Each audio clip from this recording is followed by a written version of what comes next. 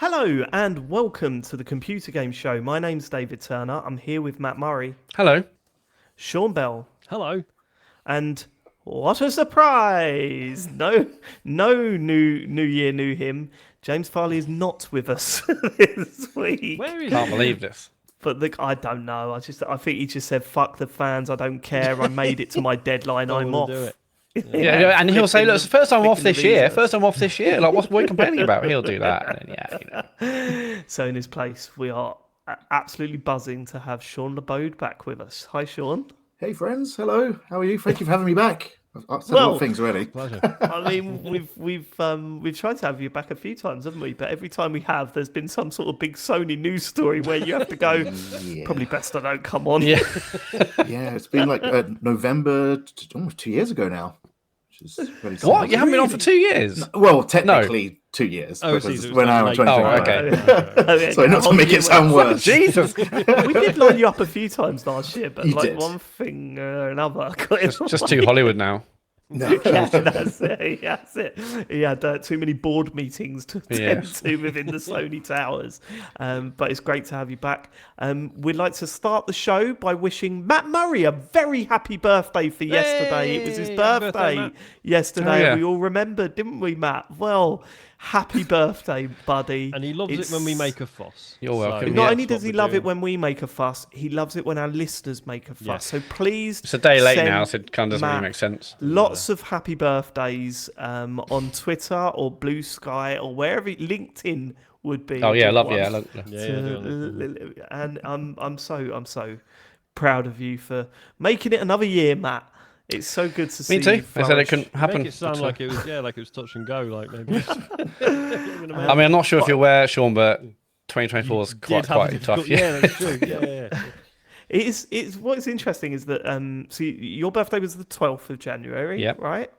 It's the 13th at the moment. Tomorrow's the 14th, which marks the second week in 2025, and that's significant because Matt still hasn't spoken to the tattoo artist and will do. started the ball rolling with that. I Well, will you do. did say let the first week settle in January, and then I'll be all over that shit. I think Yeah, was I've the been busy phrase. this week. But yeah, I might message him Okay. tomorrow. I'll message him Okay, tomorrow. all right. Okay. Well, What's to look say I'm not forward messaging him outside the group? to that because he I would mean, have I'm not- told I'm me. not. We've been talking. I'm not, We yeah, have I'm been not. talking. Patreon producers this month, they are Aaron Patrick, the QuickBooks chap, Simon Nelson, Moomin Biscuit, Trans Rights and Human Rights, Dave Ernsberger, Colin Brown, Gasman, Rocketman76, Smooth Monkey, Richard Sawyer, John Tempelli, Jackie Sniper, Sam Higton, Thomas S. I can't believe I finally nailed that. I've finally got the Thomas S thing in. I'm happy with that. Happy with it. Sam Higton. Oh, we've done that. Oh, I fucked No. it. Oh, for goodness sake. And Philip with an F, Cutty, Steve Lee, Teenage Mutant Ninja Turtle Man, Jack Oven, Jonathan Edwards, Grey Dragon Claw, Ramalaptar, Colin the Car Wanker Smith, Sean Richards, Lee Keybottom, Mock Turtle Soup, My Dog Skip, Dean, Sam Harrison, and Haribo Kart. What a crew they are. What a crew. There's 30 of them. Imagine the sort of mischief they could get up to if they wanted. Yeah, solving They could have done- crimes, What's that capers. thing that was Causing really crimes. popular? Yeah. Flash mobs. What's happened to flash mobs? You don't see I anything about actually flash mobs anymore. did my tax return this week, so I just want to say an extra special thank you to the Patreon crew. Yeah, that's true. I thought you were going to say I've actually done a flash mob. Have you not? Yeah, I done was going to. flash How's this mob? linked to a flash mob? The flash No, mob did no. the tax return. Do I come across as like a flash mob kind of guy? to you? 120%. Yep. You're the guy Doing that all the comes at the dances and end that. of the song going at the end, like, and everyone starts clapping, and then it walks away, and it's the silent of the train station What's again. what's you know? singing involved in flash mobs? I thought it was the I Harlem thought it's Shake. just dance. Yeah. Yeah, Harlem Shake and Sometimes all it's of that. singing. No, sometimes it's singing. I wasn't really into that myself. But I seem like the kind don't of person know who how would you be. weren't into that. Well, but Yeah. I'm not a Very dancer or a singer. How would I be into it? What's to be into? That I love sounds those like people new just appearing in a podcast train series. station. That would be a great podcast series, teaching Matt how to sing and dance. I would love to be able to sing. Well, wouldn't that be one of the best skills you can have? Like go up to any karaoke and just like blast out a song. That'd be amazing. I've seen you go to karaoke Yeah. and blast And- out a song. but not well. There you go. Oh yeah, I do remember the Kate Nash? "Come Mine with Me" Oh, wow, whoa, what? stream. Come Oh, Mine yeah, with the Me. karaoke. Yes, Remember that? Yeah. but was that before or after my house got flooded by James Farley? What? So think it I was a was bit before, emotional because actually. my No, it entire was before. It well, I was before. nervous because of the meal, and then that got destroyed by you lot. What song did you sing at the karaoke? Come Mine with Me. Oh my god, what was it actually? Candle. It wasn't "Candle in the Wind." That'd be the obvious one. I don't know. I don't Well, know. if anyone knows, please message in. Speaking of which, have we got feedback on last week's show? Yes. Oh, XB Dean said it was an Oasis track. Yeah, it probably was. Probably don't look back in anger. Don't look, Probably or doesn't matter. Yeah, it doesn't know. Anyway, codename Tommaso Gardeno. Happy New Year, gents. To make this year's Gotti show less hostile, might I suggest making it a grown-ups only episode and not inviting David on? Cheers. That is a blood. I mean, I know we say we don't like to change the format, but I'm liking this. Might be onto something. So, Yeah, this- which of the four video game nerds arguing over which is the best video game? Oh, is Dave's We are in voice gone trouble. for anyone else? Nope. What's going on? Oh, I've shit. lost Sean Bell. Dave, you've gone silent on mine. Yeah, we can still hear him. It was so good. Okay, Fuck. you right. We're gonna have to reset One on that. or both you have to Oh, just you're refresh. Back. You're back. Sorry. Okay. Right, you lost me as well. Oh, let me refresh. Oh, you couldn't hear me. Sorry. either. Yeah, I can hear. That's weird. I can hear you now, so I think we're good. He's gone. He's gone. done. He's done with the podcast now. It's over. I can't be bothered. It's weird how just two of you would have lost connection, but Yeah. But it was weird because I could still see him in OBS. The last thing I heard then was, "So we should be good." So I hit refresh on the thing. No, Right, sorry about no, it's my fault. Right, okay, one sec. So I'll react to that again. Sorry, codename. Which of the four fully grown adults that argue about video games and what should get through to the next round and making deals with each other is the grown up? Which I one's the think grown up out of the four? of I us? am going to say they're probably referring to your stubbornness in the last round. What? You know, Hold on. pettiness. that. Or I think it's Dave's basically. noise- announcing that everyone hates him. Yeah, all that. halfway Oh, through. there is that. No, there is that. Everyone does hate me. Does No, not everyone does hate you. Just most. Also, that was at the start, so make up your mind. Secondly, and the end probably. That was actually about halfway through. Yeah, Always both. 3 I times. couldn't believe when I was editing it. I was like, Yes. when's this first This break? I'm again? 2 hours in. This is... But I've got to say, why is it like James Farley? He's really stubborn with it. Matt never changes, especially in the final. I don't think he's ever. Changed I would his rather vote die. In the final. That ain't going to happen. There we Over go. There we go. over then. my There dead we go body. then. Yeah, but at least I have legitimate reasons to do it, not just because the Red Dead thing 74 years ago. I've still got a bee in my bonnet about it. Well, I can't have a bee in my it's settled bonnet now, about yeah, it. it's- Is it it's done. sorted? Oh, okay, that's over now. The bees are out of the bonnet. That's it. Hatchet buried.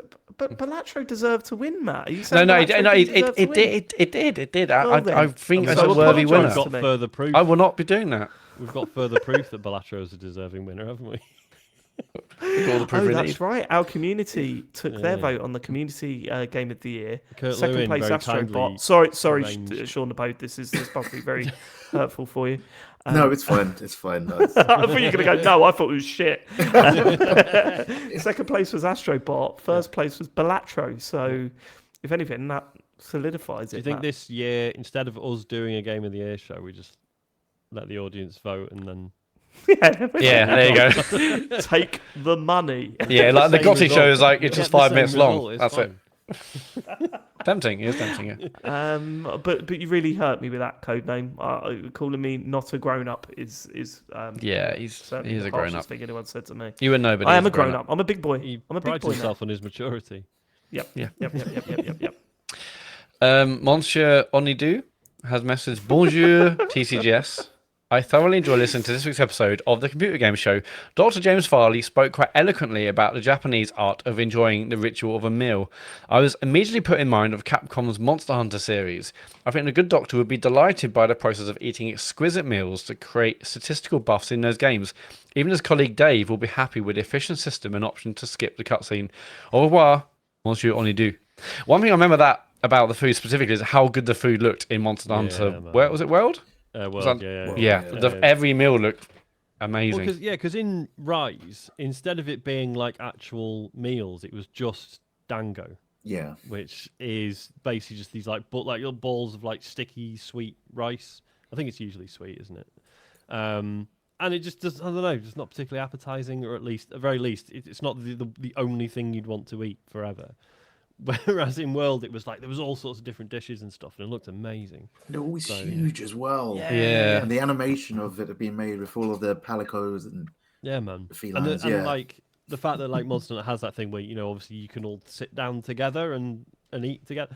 It doesn't mean anything, but it's just nice that you have the. Yeah, it option is to like one of do the that. nicest crafting kind of animation menu things. Like often it's like, okay, whatever, just like get it done. But I mean, I don't know how many hours we all played that together. Did you play much that, David? I remember playing with John and what? Yeah, you played with John. I didn't play much. Yeah, with it, I remember playing you fair played bit, with John and Oh, did you Zeno not? and stuff. I thought Didn't you you? got Yeah. into World as well. No, I didn't touch any of the. Oh, it was so Monster good.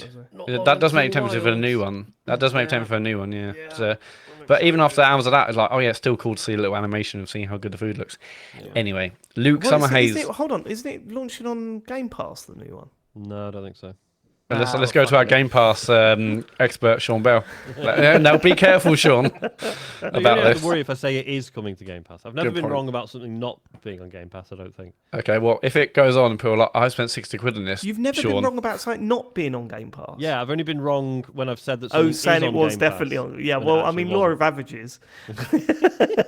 Okay. Luke Summerhaze, hi lads, thoroughly enjoyed the Gotti show as per usual and a well-deserved winner. For you're all very bitter about how good James has gotten at gaming the wild card. Yeah, we are a bit, aren't we? But No, he'll keep we're keep winning. absolutely. Yeah, I mean, we're absolutely. Yeah. I don't know how we get around it. No, he's when can't I be listened stopped. back and I suggested that we all do it anonymously, that made it worse. Like the fact that I even thought that would be a good idea is I was angry at myself for that, because that's just admitting defeat. Well, we'll just do it anonymously then. Let's just do that. And then you two went, yeah, and James went silent. And I just thought, no, we need to combat this. Like, how can we can't do it that? anonymously. Just let's paint him as a very, very horrible person for the rest of the year. But they know that's all not we've the got. They case. already know he's a villain. Yeah. They love it anyway. very true. Doesn't That it? is very true. I mean, in previous years when like Twitter was a big thing and we would kind of do those videos and say, hey, please vote for my game. And if like the voting was erring one way or the other, was actually I am going to back Sean and I really respect everyone who wants to also back Sean, and it'll work to combat the others. But I don't think that's going to happen anymore because I mean, hopefully Blue Sky gets polls before Christmas and we could That would be nice. Yeah, do that instead. That's the way, isn't it? I mean, that is That's the a worst way. thing. Is that? Yeah, but it's the way, in my opinion, Matt. It feels that the lack of engagement on Twitter's just getting worse and worse. And people rightfully said, but this is just a really horrible platform. Why are you even using this? And I sort of get it. Like, there's part of me that wants to just like fuck it off. I was thinking in the week, actually, what about the TCGS account? Do we just delete that from Twitter? And then I thought, but then I'm still going to be using Twitter because I use it a lot for football stuff. Yeah, same here. And that hasn't moved over yet. So it's a little bit hypocritical to make a big deal of deleting our TCGS Twitter account for us to have our personal ones on there. Do you know what I mean? Like, it doesn't sit right with me. Yeah. Plus, there's the chance that some smart ass would steal the name on Twitter, right? Yeah, I wouldn't want to delete I it. suppose, I'll I just suppose you like wouldn't delete it. You just say, hey, like, just not go use it to our anymore, Blue Sky or whatever, But yeah, We'll Closest discuss that I've ever this is more of like a board meeting discussion, so we'll save that for Wednesday morning. Nah, man, we're an open book. Yeah. Oh, okay. You can. We got nothing to hide. We back. can do this in public. Good point, we can. Yep. Any other business? No, let's move on. Luke Summerhaze again. Oh yeah, we covered that first bit. I want to apologise to Alex79 UK, who challenged me to a duel at Wembley on January 11th. Alas, I don't live in the UK anymore. I will be visiting around March for fellow TCGS listener Andrew Rice's wedding, so we'll be down to catch up with anyone around then. I will be the Aztec in our duel, though, as my girlfriend is Mexican and I don't know much about Inca. We could always both be Aztecs. They were pretty much into killing each other in ceremonial combat. Love you lots from Luke Summerhaze. Lots to unpack there. I was going to say, well, two things to unpack in that we've got two TCGS cons happening here. I think we've got the wedding. Oh, yeah. I assume we're invited. And the stag. Andrew I Rice mean, got in Andrew, touch. get in touch. It's Yeah, going to yeah. be absolutely mental. And then ritualistic combat of two of the listeners. We can all show You up. know, just do it if in a you car did park tell or us where something. it is, you know, it's only Matt turning up. Yeah, well, that's Boy. I mean, that's the one you want, isn't it? Like, out of all of us, like, You'd think until you it's would a think reality. that. No, again, it doesn't matter because James will win the poll for that as well. So let's not even get involved. Yeah, I kind of want to go to Andrew Rice's wedding. I'm not gonna lie. I've not been to a good knees up in a Andrew, while. if you want us to record a video, I mean, let's not. Yeah, if you do, then patreon.com/TCGS and I'll find a tier and we'll do one. But Also, it's kind of convenience that you got offered out in a duel at Wembley by Alex79, and you're conveniently suddenly out of the country. yeah, scared. Someone did a runner. Yeah, he doesn't live in the UK anymore. He did live in the UK, and the day after Alex79 called him out, he then moved. I think he's lived in Japan for years. I think he's in the clear on that one. All right, what are you, his lawyer? Yeah. My client has never lived in the I UK. saw him get on the Never plane would. 4 years ago. Yeah, I was going to say, remember when we did that birthday video for, was it Reese? Oh, that's right. And we were like, man, that was really funny. Like, we should do more of these. But then obviously made no effort. Obviously, no one saw that video To it was promote specifically that, for one yeah. person. And then never, yeah. Did we ever get any feedback on that? Yeah, I think They hated it. they unsubscribed. Didn't you come to? You came to TCGS Con in Sheffield, right? Oh, right, okay. Yeah, he was the one who punched you, David. That one. That's the one. Yeah, well, there was quite a few, actually. Yeah, well, yeah, because they will hate you, yeah. Same line. Yeah, that was the biggest cue today. That is it for feedback. Go to tcgs.co/dear-tcgs. And I'm going to say this now because if I say it for the socials at the end, people have already turned off. Just to let you know, like tcgs.co/dear-tcgs still works. Like we're actually now moved our domain to go to our Linktree account rather than the website. So website issue should be over, but that tcgs.co/dear-tcgs still works for contact. Or you can go to tcgs.co and all the links are on there.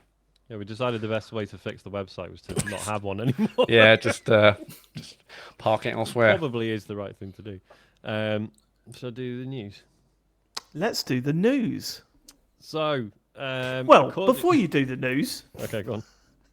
are you really pissed off at the lack of Nintendo news? Like, real Nintendo news. Lack of? I've got 3 verifiable Nintendo news stories. But none of them are. Do you mean the announcement? They're The not the Nintendo news we announcement? want. None of them are an announcement, no. Right, okay. So this is from Video Games Chronicle. They reported that, quote, previously reliable podcast Nate the Hate claims that there is going to be a reveal trailer for the Switch 2 this week on the 16th of January, and apparently it's going to be a hardware-only reveal with a games showcase following in February or possibly March, which is a bit disappointing. Right, Hardware Who's only. Nate the Hate? Do we know Nate the Hate? We don't know Nate the Hate, so you can be mean about him. It's previously reliable, though. I heard that. No, that I'm much just about. saying, is it? They've been reliable in the past, have they? Apparently, I mean, that's what VGC say. Yeah, but everyone's for the past few weeks we've had such and such who's leaked stuff in the past says this. Like it really pisses me off. It really pisses me off because that has been the past few weeks with Nintendo stuff, and it's and I said to you the other day there was someone on Rollmuck that said, look at this information from this person who's been right in the past, and we were all discussing it like it was real, and then I was thinking, hold on, this is one person on the internet telling us that another person on the internet said something right once, so suddenly we're putting all this weight into what they're saying. I will say, just to back this up, so I just googled Nate the Hate, and I link him up to something that happened 3 months ago about Nintendo Switch Online update, and it says, hey, Nate the Hate has posted about this update, and then this is on the Gaming Leaks and Rumours subreddit, and then the top pin post by the moderator is, Nate the Hate is a tier 2, which is classed as genuinely reliable source as determined by the community. So it's tier 2, David. Don't slag off for tier 2 leaker. This guy, they know their shit. They are generally reliable, and that's enough for me. I just wouldn't announce it on the 16th now.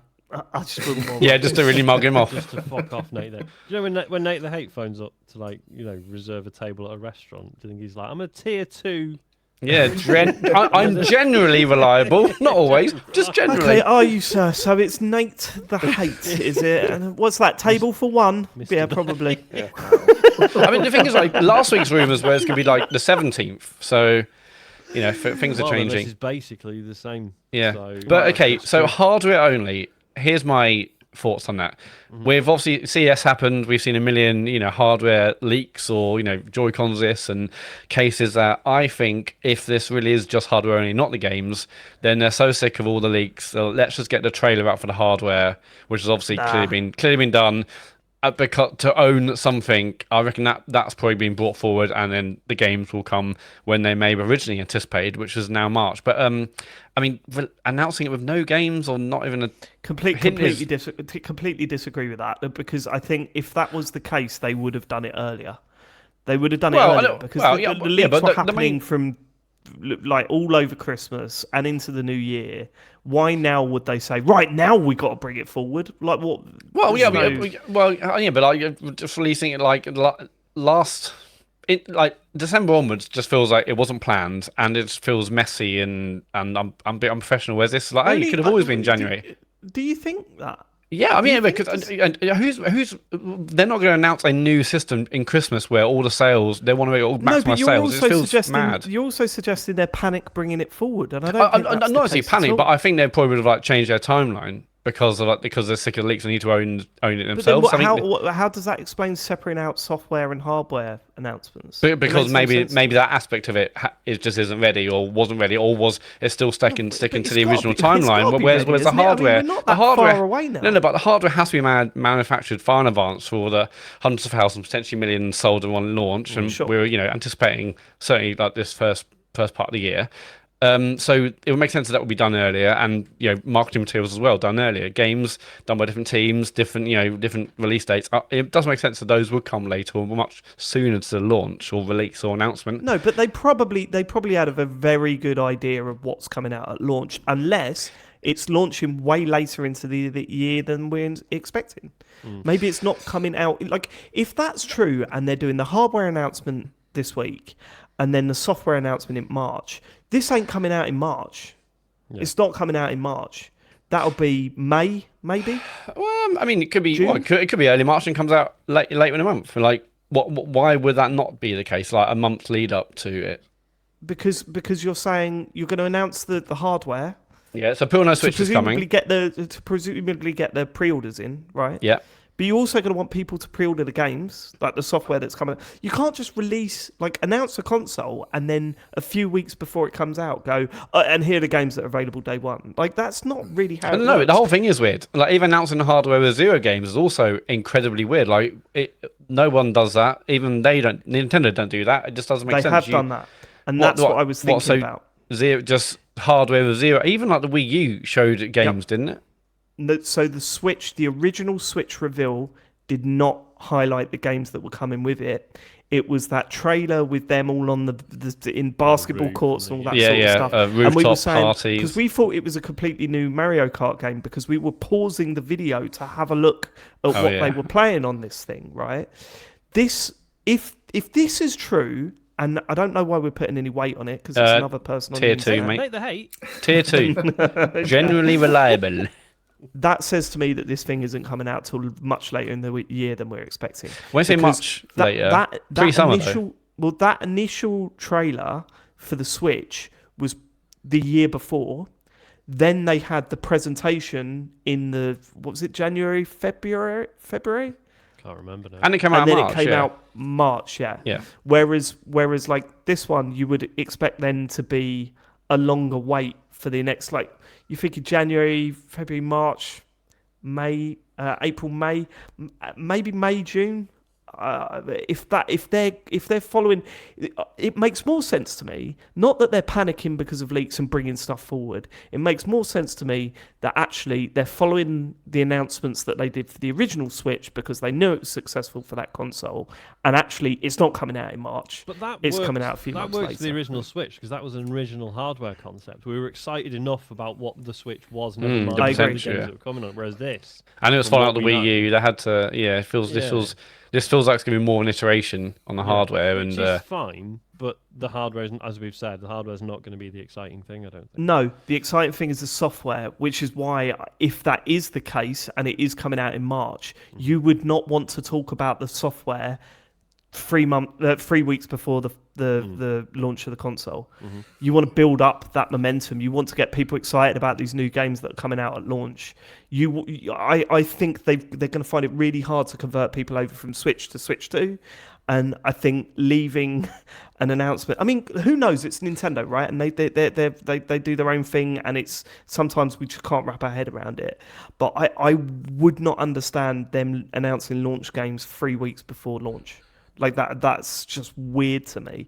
That's just very, very strange. You want to know exactly what you want to get day one, and 3 weeks before is just like for example, say it's Mario Kart 9, which is the current hot rumor that this console's going to launch with Mario Kart 9. Can you imagine them announcing and releasing Mario Kart 9 within 3 weeks? Can you imagine them doing that? A big title like that for them? Yeah, I'm not sure needs to speak, but I thought we were gone. You say something. Oh no, I was going to say, do you think pre-orders for at least the hardware is going to go live as well? I can't remember if the Switch had that, and then people started buying into it before the games, but would that make a difference? So there, if I remember correctly, here's how my memory goes. So they did the initial trailer, and you couldn't pre-order it. Okay. Then they did the software stuff, and like the sort of the more in-depth reveal, and then 2 days later they had that announcement. They had that thing that we went to, Sean, that preview where we got to play the Switch beforehand, right? Yeah. So they had that 2 days later, and between them, there were that was the pre-order period, because I remember being at the train station, going to that thing and saying to James, "Why have you pre-ordered it when you're saying you're definitely not getting it?" And he was saying, "Well, just in case." So I think that's how it went last time. So I think if they do announce it this time, the only thing that I can't remember is when the price was announced, and I think it was for that second reveal thing. Yeah, that'll be announced later, I reckon. But yeah, I think you're right though, Sean, Bell. That like that is the biggest disappointment. If they are doing it this way, if this is all legit and this is the way it's going to go down, they show the console off this week, and it's like unless they are doing something completely out of the blue that we're all excited about, all the leaks seem to suggest that this is an iteration. This is a 3DS.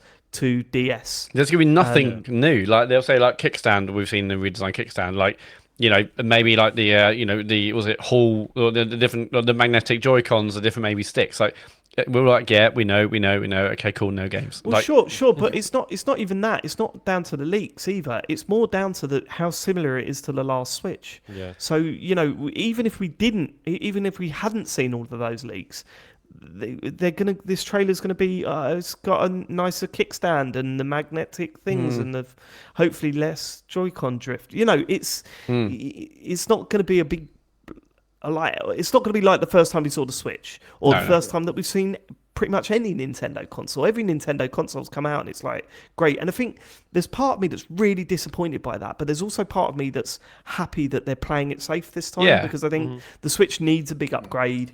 It needs more power. I can't wait to see what games they're going to bring out for it. But at the same time, I'm kind of like, I am really going to miss. I'm really going to miss the crazy Nintendo. But there will be one feature in this that is crazy Nintendo. You've got to imagine it'll be something that isn't just like you'd hope standard. And yeah, like we've discussed it recently. But when we saw the Xbox One, we just want another Xbox 360. We just kind of want a more powerful Switch, and we're going to get that. Is that disappointing? Yeah, but ultimately it means that Switch should be back to being like a great place to play games without having to worry about it. Does this indie game work well on Switch? Yes or no? As my Google searches will attest to. But yeah, I'm fascinated to see what they show with zero game references.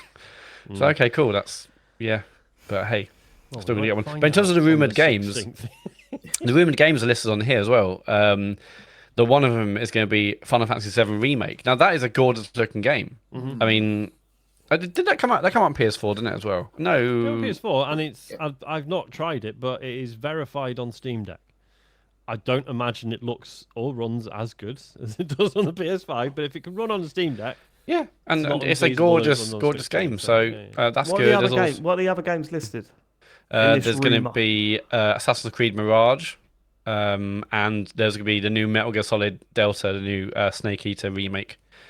So again, these are kind of modern games. I think Metal Gear Solid Delta, that is just a They're current. not listed first-party games. These are just like the third-party releases. See, because this is it. Like, I that mean, Nate the Hate the only mentioned.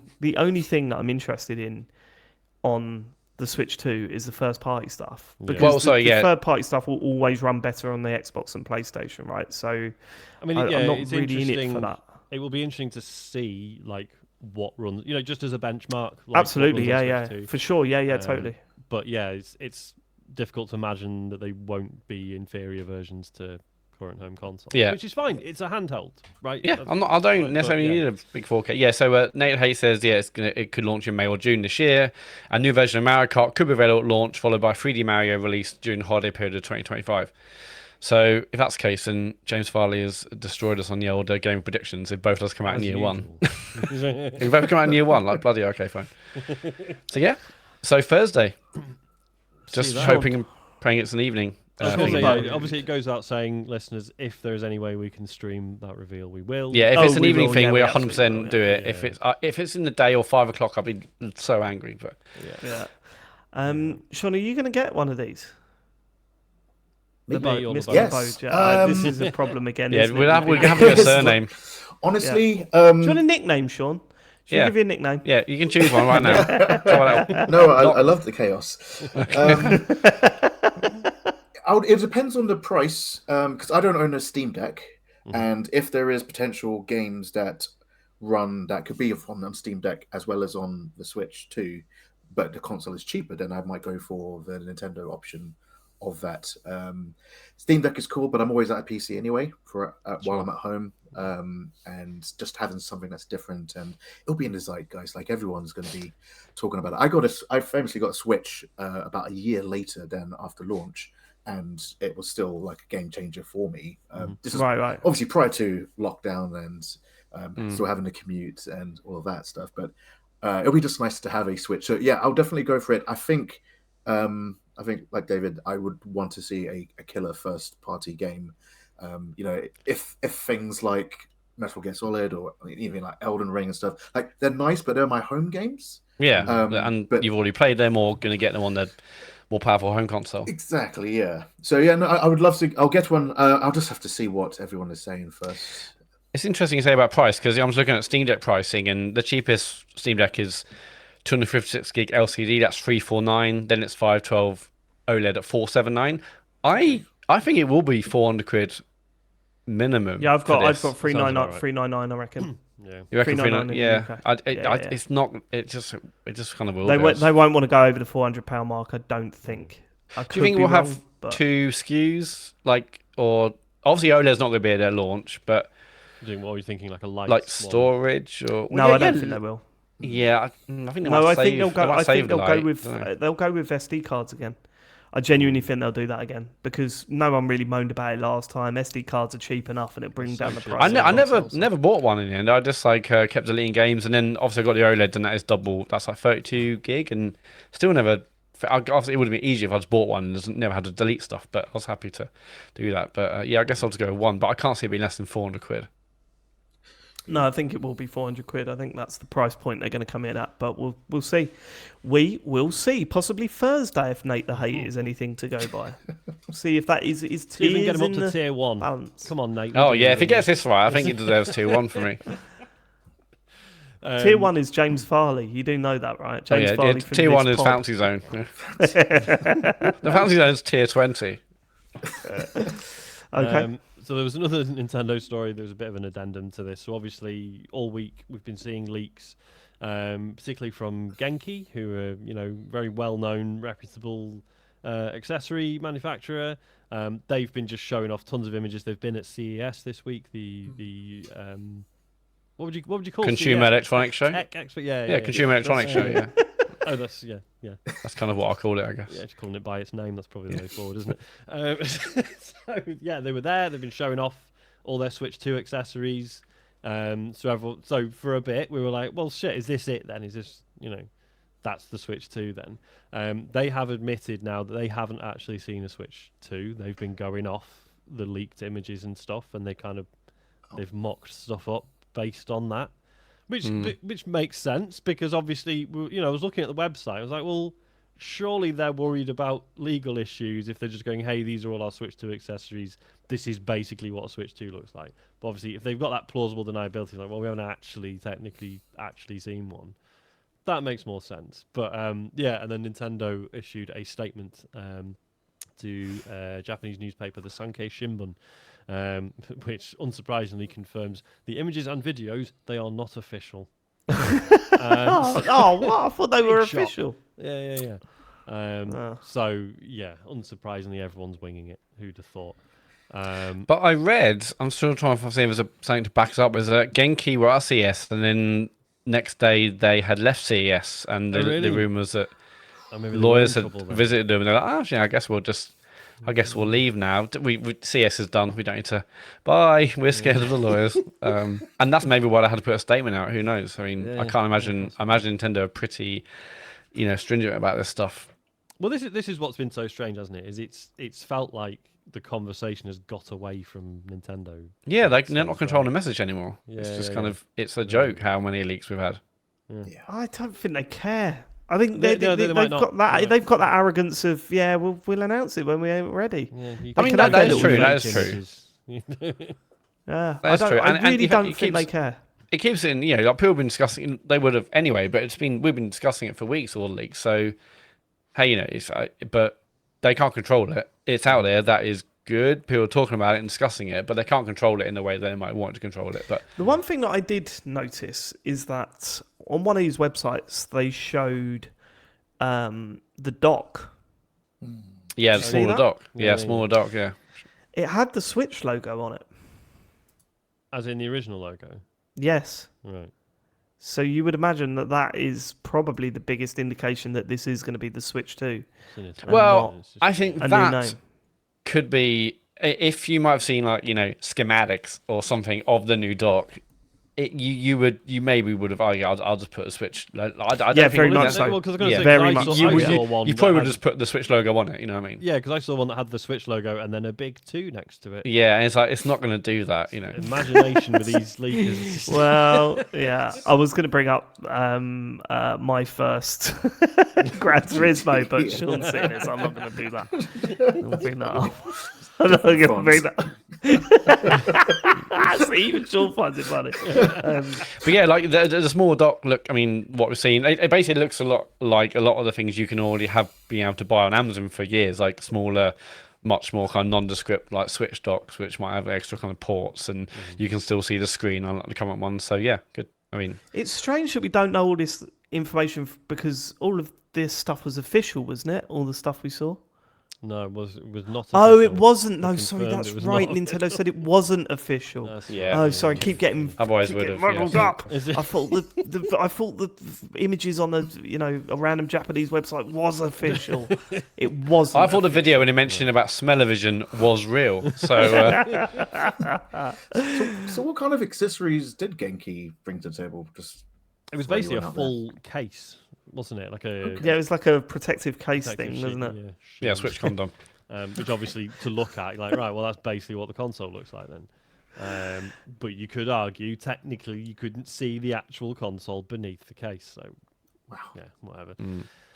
On the subject of things that Nintendo have lost control of, I forgot that Alamo isn't technically publicly actually available yet.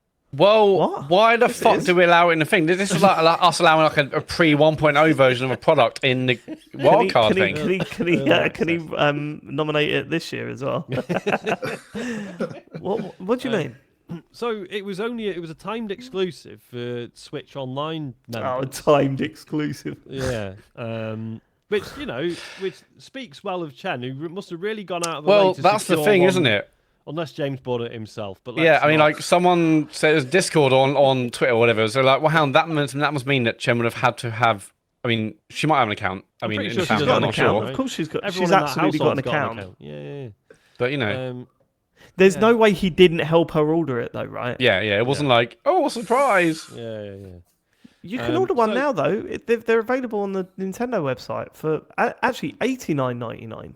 Have they gone They've down? gone The price down a already? They're tenner. already discounting. Yeah, but that is just for Nintendo Switch Online members. So the actual general release has been delayed until early March. Oh, I wonder if they're making it better. Yeah, probably improving it. I thought maybe it's down to stock issues. Who knows? Maybe it's just too fucking popular. Not according to this. It says it's fully available. Okay. Yeah. But I bet you have to log in with your account and have it connected. Yeah. And if Are you calling Nintendo a liar, David? You know he helped her order it. Yeah, definitely. Absolutely. He lied It's to us. unbelievable. And he's still the To be favourite. fair, she's probably better at websites than James is. Oh, Well, I assume she does. 100%. She does all the ordering. I assume. So it's like, okay, fine. What now? What else we got? Big shock. Donnie Yen has confirmed that the Sleeping Dogs movie is officially not happening. First announced in 2018. And I mean, I would have loved to have seen this happen because I really enjoyed the game. Donnie Yen obviously is ace. And yeah, but obviously we didn't hear anything for years. I think, I suppose it's a bit of a shock in the sense that we're getting quite a lot of good game adaptations in TV. Not so We much are. film, I guess, but Sleeping Dogs is very niche. It is Do not you reckon? mainstream. Oh God, yeah. You can't put it up there with Fallout, Last of Us. yeah, I suppose in terms of Yeah, no way, In yeah. terms of the Nowhere game's near. appeal, yeah, it was never a massive hit. It's a was cult it? game. It I was- always put yeah, it down as a yeah, cult yeah, game. yeah, Like yeah. it's a cult game, and Yeah, even sorry, then, no, it's I was like I thinking think. in terms of how it would translate into a film, I think it would work. But yeah. Oh yes, I mean it's the most basic guy working for the cops and the Excuse me, it's criminals very at the same nuanced, time thing. Oh interesting. no, it's not. Yeah, it is. No, it's not. He's an undercover cop and he doesn't know where his loyalty because sometimes the police are worse than the gangsters, Dave. Yeah, but you didn't even get to make the choice, did you? You just went along with it. Some of the bad guys are charismatic, and some of the good guys are horrible people. So who do I like? Yeah, exactly. I wish you'd have come to it. I went to see. Chet Roivers took me to see a film called. What is it called? To Live and Die in L.A. Oh yeah. It's a 1985's cop movie, and it's so funny because it's before all the cliches. So there is literally a guy on it that says, "I'm too old for this shit." Then when he spoilers, when he dies, they say he only had 2 days left Watch that. until his retirement, and all that sort of stuff. It's full of stuff like that. And we heard 2 very young people outside going, that was so cliche. And I thought I was going to have to hold Chet back at one point as if to go, this is before it was going to not understand. So when I first saw Lord of the Rings, and I was like, "All right, yeah, the dwarves all live underground, and you say, oh, the elf is really tall, new to the bow. Well done, Tolkien, whoever that is." Where did we get to that? Yeah, no, that Sleeping Dog. I do think it's overrated by the people that love it, mainly because I think it was one of those situations, which I've been a part of as well, where you discover a not so mainstream game that is all right actually, but in your head you're like, no, I've got to tell everyone it's amazing because it's not Grand Theft Auto. It is a game that they've not heard of. Do you know what I mean? Like that's not putting the game down. It did some really cool stuff. Absolutely, like the combat was some of the best. Well, definitely one of the best in an open world game at that time for sure. It was a really good collection of stolen ideas, wasn't it? Yes, it was. Yeah. You're doing the combat, and it's like, oh, it's Batman, cool. But it was a good time. I mean, I enjoyed it just as a bit of virtual tourism as well. Like, there's been no other games that have let you explore Hong Kong in that way. I mean, Shenmue 2, I suppose. But I mean, but then James was like, no, Hong Kong's nothing like this. This is not a realistic depiction of it. Yeah. In fact, actually, it's quite offensive that you believed it, Sean. So I've actually noted you down on this one. Okay, so the film's dead. Okay, well, film's dead, we not can happening. Donnie Yen move on. was Yeah. just like, you know what Hollywood's like, which we do. Obviously, we all know that. Speaking of which, can I ask you a question? I'd like to get your view on this. So this film that we went to see, I was going to save this for the bonus show, but let's do it now. It's in do you know the Prince Charles Cinema in Leicester Square? I know of it. It's a good place. They show lots of very cult movies and they do like marathon runs and all this. Well, in the lobby, they have a big blackboard, and you get to write. So Chet was like, I'm going to write this film down. I can't remember what film he wrote down, but he wrote the title of the film down. And he walked back to me, and I just went, what's the funniest thing you could write on there right now?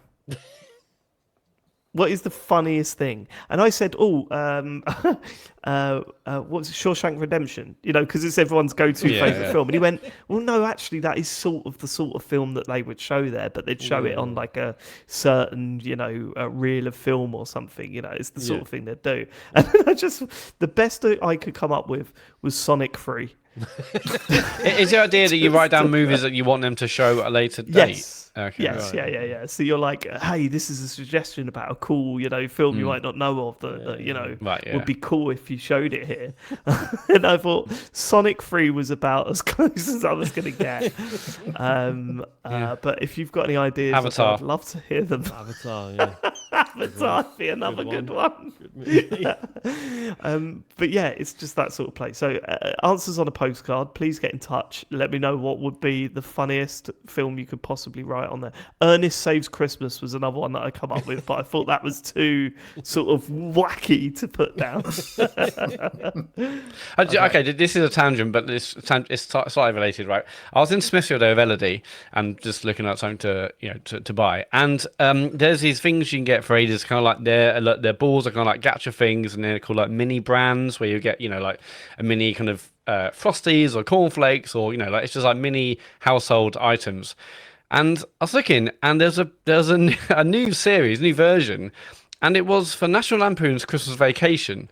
Now, right, these are primarily for, I would say, between 4 and 9-year-old children.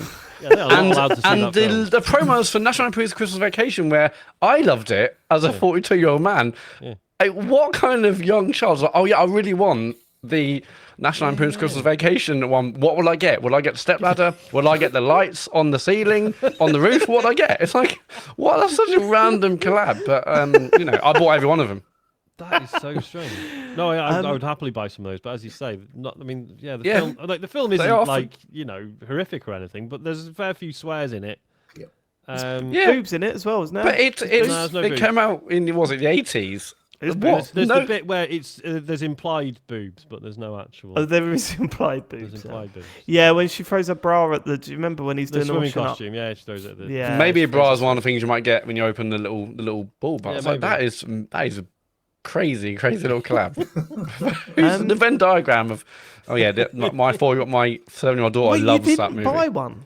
No, I didn't buy one. No. Oh, Why? They put up £9. What am I getting? No, I'm not gonna do it. they're that Well, I'm going to WH Smith's tomorrow. No, not Joey Smith's Smith's the toy shop. Oh, Smith's. I thought you WH. I thought you just being cool again.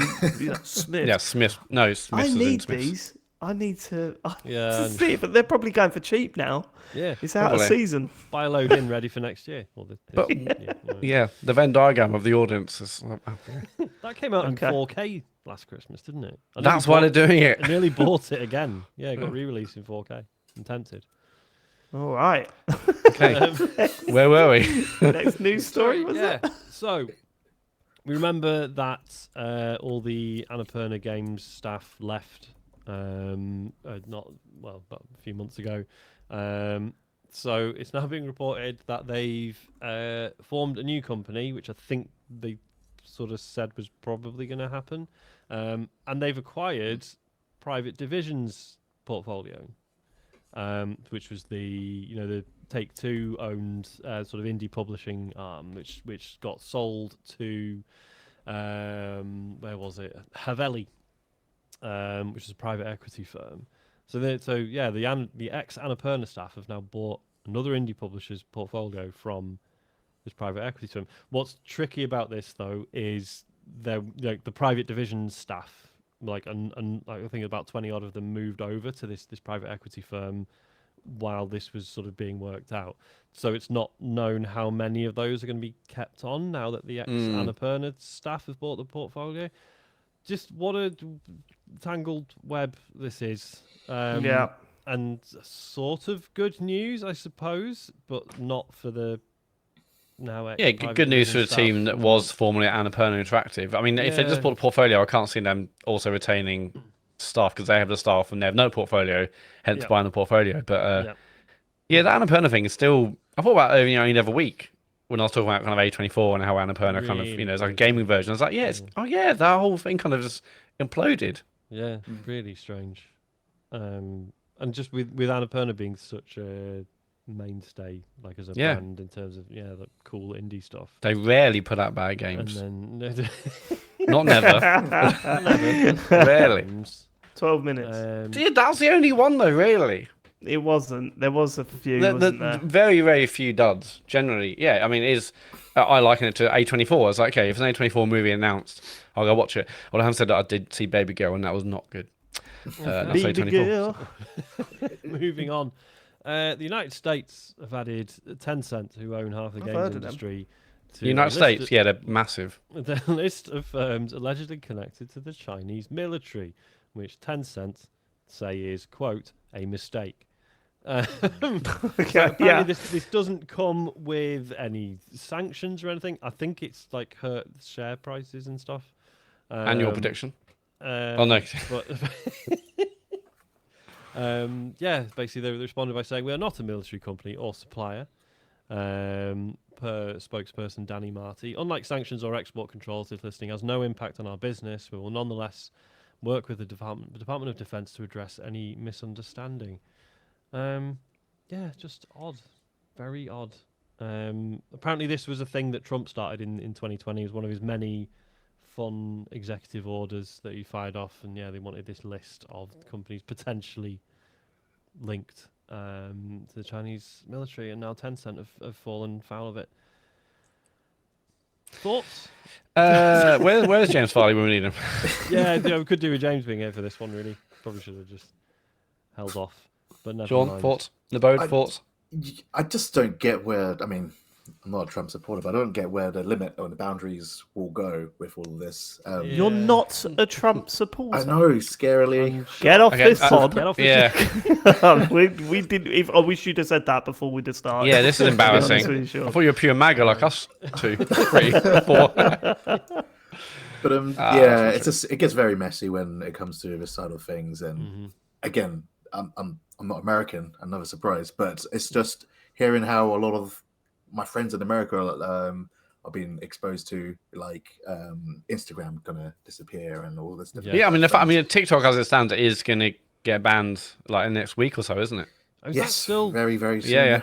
It's God, crazy. is that right? Okay. I assumed that was going to blow over one way or the Well, other. unless they do sell it, but I mean, there's like a vote even last week, and it's as it stands, TikTok will be banned in the US, like as of next week. It's crazy. God damn. Anyway, Okay. 10 This is going to be so, sorry. This is just going to be a scary shit 4 years, isn't it? I don't care. I know Yeah, we're not inviting really. more feedback as like, oh, I can't believe you're probably. Our politics have always been the same, so don't try and say that it's Yeah, it's very getting any weird worse. when people write in saying, "Oh, you've been getting Yeah. political lately," and it's like, But when he starts shouting about, oh, we're going to rename things to, yeah, the Gulf of America, God, or oh like God, they're gonna get Greenland. What? yeah. I don't know, mate. not even I in don't know power yet. what's going on? Yeah. To say Also, we were nothing gonna of get the- Greenland. That's Say annoying. nothing of the changes at Meta as well. Fucking hell. Oh yeah, Jesus Christ. Moving on, last story. No politics, please. I'm so sorry, right wingers that love this show. We won't go there again, I promise. Please sign up patreon.com/TCGS. Future Lab have announced that they will no longer be supporting or developing Power Simulator VR. Not a massive surprise, if I'm honest, given that. It didn't go down well, did it? Well, yeah, it got off on the wrong foot. Technically, it was a bit of a mess when it launched. It's had some improvements since. It hasn't had like a proper Quest 3 update, though, to my knowledge. The other week, there was headlines like, "Oh, announcing we've added free Christmas DLC to all versions of Power Wash Simulator." Not to the VR one, they didn't. Like, that was just... Oh, wow. Okay. Felt like they'd already sort of abandoned it. But, I mean, so basically the statement explains that they've got other projects that they're looking for staff, and it was kind of like they're looking at this VR version of Power Wash Sim, and it's never made them any money, apparently, so it made sense to move staff off that. rather than hiring new people and creating risk for employees. And so the statement from Kirsty Rigdon just say, I will always choose job security for my team every time. I know that you must be disappointed, but if you were in my position, you would have made the same decision. Fair enough. Can't blame the CEO for actually putting job security first. Yeah. But yeah, As a fan of that series, as a massive fan of that series, I never understood the idea of putting it in VR.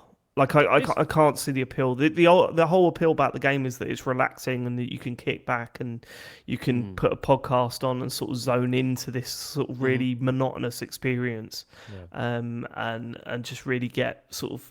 It's one of those things where it's a very easy job to do and it takes a long time, so it's insanely satisfying as you get towards the end and complete it. I can't imagine doing the same thing, but standing up with Well, you can sit down headset in on, VR. So, yeah, you can and play it or sitting sit down, but then moving your arms about and all that sort of stuff. I've never I liked guess. that. It's honestly, I could not understand the appeal of it in the first So place. I would say that stuff survives the translation to VR. What I played of it, like it was still fundamentally quite enjoyable. It was just a shame about the tech, like I say, the tech issues, like the frame rate was all over the shop, and it had like a dynamic resolution thing, I think, to try and solve that. But it was like looked really bad as a result occasionally. And it's better now, but still not where it could be, Yeah. So Yeah. shame. I'm but looking forward to two things. I'm looking forward to the Wallace and Gromit DLC, which was now officially announced, and I'm also looking forward to it, the weather getting better over here, and me using the power wash that you bought me for my 40th. Yes. Which is still in the box at the moment, but we have a very colourful path. I didn't really notice this, but we've got a very colourful path up to our house, right? It is thick in filth. It's like you can barely see the colour through it, and I'm like, summertime, that is going to look banging. Yeah, man. And I'm going to sit out, I'm going to stand there with just this like finding out what colour all the cannot. supposed to Yeah, be but and stuff also like I'm like super worried because it's on the main street, so I can't push the water out because No, it you might can. hit a stone. Yeah, but if I blast a stone and it hits a right. car, Yeah. Do not do that. no, Where- it's fine. very worrying. Set up like a big tarpaulin. I mean, like, that might look a bit dodgy. Yeah. Like a net. Yeah. Yeah.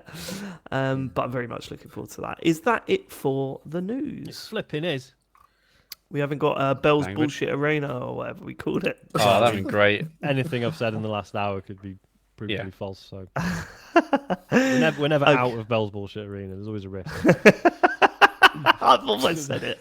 I've always said it. Let's do what you've been playing then, and I would like to start actually because I haven't got very interesting game to talk about, but also a game has completely taken over our lives for the past 3 or 4 days. So for those of you that have PS Plus or subscription to PlayStation where you get your monthly games, there's some very good games this month. And I'm not just saying that because Sean has threatened It's a great to service. walk off Highly the recommend show. signing up. I'm Yeah. on it. I don't even have a PlayStation. I've just upgraded. But it includes that game that didn't do too well last year about the Justice League, and also Stanley Parable, the Deluxe Edition. Oh, nice. Right. So I've always had this thing about Stanley Parable. I played it, maybe got 2 endings when I played it Oh, originally. wow. Okay. I loved it. I thought it was fucking fantastic, but I never really felt the need to dig any deeper other than, experiencing a couple of endings or whatever. But it's always been one in the back of my head that I was like, oh, I want Joe to try this because I think casual players can just pick it up and go, what the fuck is reacting to everything I'm doing? This is really cool. So I've always had it in my head, at the back of my head, I'm like, I've got it on my MacBook. Joe won't be able to control that. So I'm going to, when I get the chance, I'll let her play it. And then I saw that it was on PS Plus and I'm not playing anything at the moment. So I was like, right, I'm installing this, yeah? So I said, Joe, come here. Just try this. Just have a look at this. And it can, when you're confident something's going to happen in your head and it just doesn't. Right? That was the exact experience, right? I was thinking, try this, Joe. And just like, obviously she can't control it. Like it's twin stick. Yeah, all of that sort of stuff. Secondly, of course, she's just going to do what the narrator says. So she got to like the ending and just went, well, what was that about? Like, because if you just follow what the narrator says, it's about 30 minutes, and the ending's like, oh, the mind control, and then it ends, and you're like, Joe was like, why have you made me play that? And I was like, I kept saying while she was playing it as well, I was such a dickhead. Like, I hated myself watching her play it. I was going, oh, you don't have to do everything he says, but in her head, she's going, well, why would I not do what he says? Surely that's how you play the game or whatever. It turns out you really do need to know video game language before you can really get out of what you want out of Stanley Parable. You need to understand that there's a narrator, and actually, if you ignore the narrator and the narrator reacts to that, that's really interesting. And it was even more interesting back then when it originally came out, right? But I wasn't just sitting on the sofa with my wife while this was going on, Sean. I was sitting on the sofa with Charlie. And it blew his fucking mind. Famously does what he's told at all times, yeah? So, Sean, it blew his fucking mind. So we sat there passing the pad and coming up with plans and going, right, okay, let's do this. This lasted for about 45 minutes. And we were like... And he turned around to me and I said, right, I've got to turn this off now. The football's on because it was a load of games on over the weekend. And he went, right. He went, no. And he looked at me and went, is it on Switch? And I went, well, let me look it up. Yeah, it's on Switch. It's 12 quid, but we got it on PlayStation. There's no, get me it on Switch. And I'm going, fuck. Mate, I'm not buying you a game that you can play for free on it. It's with his own money. It's with his Christmas money. It wasn't with mine. And he was like, I do not care. I want this on my Switch, right? Wow. So, with his Christmas money, we bought it on the Nintendo Switch. You didn't play on Portal? I was going to say, did you not Portal it? Oh no! Actually, the thought didn't even cross my mind. But I won't let him use the portal because I know it. I don't want him going anywhere near the portal. I mean, and that's your excuse. That's Daddy's. No, that is Daddy's toy. That one. That is Daddy's toy. But I said, I installed it on his Switch, and he was so into it, like so incredibly into it. I've never. And look, I'm not saying this as a thing to bring up on the show or whatever. I don't hide it. I think it's interesting to talk about. We're going through some stuff with Charlie where I can't remember the correct phrase for. We don't know. Is it neurodivergent? Is that? Right, yeah. So we are seeing signs and the school don't, so that's that we could be wrong, we don't know yet, but we are seeing certain things that's going on in that little kid's head, and I wonder if there is something about that is blowing his mind, that it's a game about breaking the rules, and to that end he is finding it fascinating that you can break the rules of the game and it doesn't stop. It carries on and he's engaging with that rule breaking. Anyway, the Sunday afternoon, I sat down with him and I said, I'm going to put on Stanley Parable. Do you want to sit? And he was saying stuff that I didn't even... He was like... He said, look at my version. And sorry if this is a spoiler, if you're going to play this. I don't know if it is. I mean, there's I don't know not how many he's done it. branching paths on it. I think that's... Right, sure. Fine, right? But he was at the point where... Have you met the bucket yet? And I went, what? He said, you've got to meet the bucket. The bucket is... And I'm going, what are you even talking about? And then he went, look at my game. And he held it up and it was the main menu and it said Stanley Parable 2 on it. And I was going... what? And he went, yeah. And then I read all the Steam reviews. And I'm going, what the fuck are you talking about? You read all the Steam reviews? I think there's must be a mode thing in the where game, it's right? like they talk about Steam reviews in the game or reviews in the game.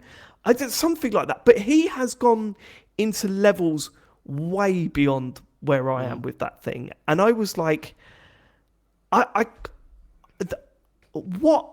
And like honestly, I can't wrap my head around how good that game is. And that game come out when? That was like early 2000 or mid, like early. Yeah, but then they like did obviously 2010 that or deluxe something? edition was quite a big revamp, wasn't it? I remember Yeah. people saying like, I know you've probably played this, but this is like really substantial. It's worth revisiting this new version. Yeah, 2011. I've just looked it up. 2011, that game came out. And he was like, I got to the bit with the adventure line. He was like, you're going to love what happens with the adventure line. And I'm like, I was so like, because I'm getting really tired at the moment because they're both just into Fortnite. And and it is relentless. And I try and be as engaged as I can. But there was something special about the Stanley Parable this weekend where it gripped not only us, like Harry was interested to hear about it and watch it. He didn't play it as much.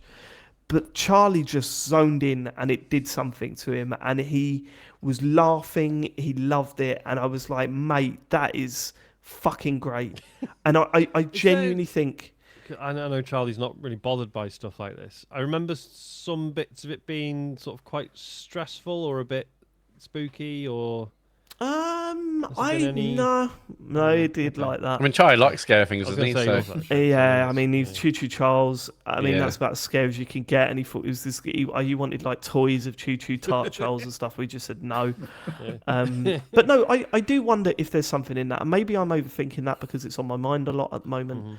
But I do wonder if it was something where the way his mind works, that having an opportunity to play a game that breaks and reacts to you breaking it rather than just breaks is something that is so outside of his... yeah, really fires some synapse and excites his it's really mind. kicked off something in his imagination, his mind. I'm gonna have to try Isaac on it. But Yeah, he you probably genuinely had the school classroom bear, and he stood next to the Stanley Parable menu screen and got a photo taken with it to tell his friends about it when he got back to school. What a little hero. Yeah, he's an interesting one. Because Anyway. it's funny, isn't it? You sometimes, like you say, there's the stuff they want to gravitate towards. Like Isaac's mentioned, he's like, well, everyone at school plays like FIFA and Fortnite and stuff, and I'm not like against You're like, that. get out of my house. He's like, Dad, I've seen you streaming FIFA, so everything I've learned is a lie. Must be fine. Like the only thing I'll say 100% no to is Roblox. Anything else, I'm That's okay if you lock it down. I mean, LD played that. Yeah. And you just got to be careful. I worry about him spending too much time on it as much as There anything is else. that, yeah. And obviously you can put limits in, but then if there's stuff he gets like so into, then he'll kick off about running out of time and stuff. But yeah, you just sort of wonder, like, the stuff he's playing now is in like 10, 20 years. Like by letting him play other stuff that isn't just what all his friends are playing, is there any value in that when he's older and he's like, oh yeah, shit, no, I remember all these weird games my dad used to Well, have. this is And something that I've been thinking about a lot, actually, Sean, like recently, because Harry is now, he's going to be 11, which is mad. That kid destroyed Joypod, and he's going to be 11 next month. And I've been thinking about how when I was his age, the thought of a new game was the most exciting prospect to me. You know, a new thing to play, a new, like that was madness. But also, in back in our day, it was like, okay, Christmas or birthday, really, pretty much. Unless you Which is saved up all fine. your pocket money, but it's. But different, that doesn't make any difference. The difference is that well, no, because the games now are much more plentiful and like Game Sure, Pass, etc. sure. Whereas for us, it was a huge deal getting a birthday game or a Christmas game. Whereas now it's like, well, Game Pass and Netflix games or.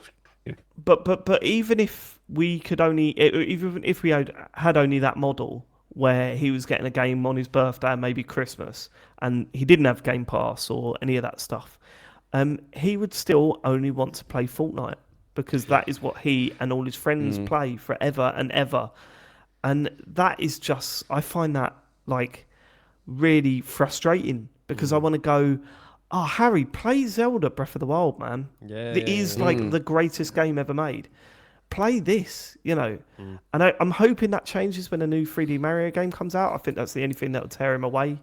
from Fortnite for a bit, but it is kind of like, come on, man, there are so many games out there, so many experiences that please don't just play Fortnite all the time. I mean, this because is you've what got to try every this stuff out. studio is saying as well. Like, Yeah. you know, the big Yeah, five. but in a or, you know- nasty way. How do we get this kid's No, money? Well, no, because like the games do we industry get is, like so many gamers play, they play FIFA or they play like a Destiny or Rocket League, a Roblox, Minecraft. It's like those are like the big 5 or 6 games where it's harder than ever to pull people away from that. Even if you make an amazing game these days, there's not enough to to take away someone's attention from the games where all their mates are playing, or the live service games where they encourage you every day to play. So it's harder than ever to get outside that. But I mean, to your question, Sean, that's only going to benefit. I remember I played loads of, the trouble is that they're not going to want to do that because they want to play what their friends are playing. It's like whether you can say, because this is like our parents saying, oh no, if you do this, then this is great for you. But I don't want to do that. I want to do what friends are playing,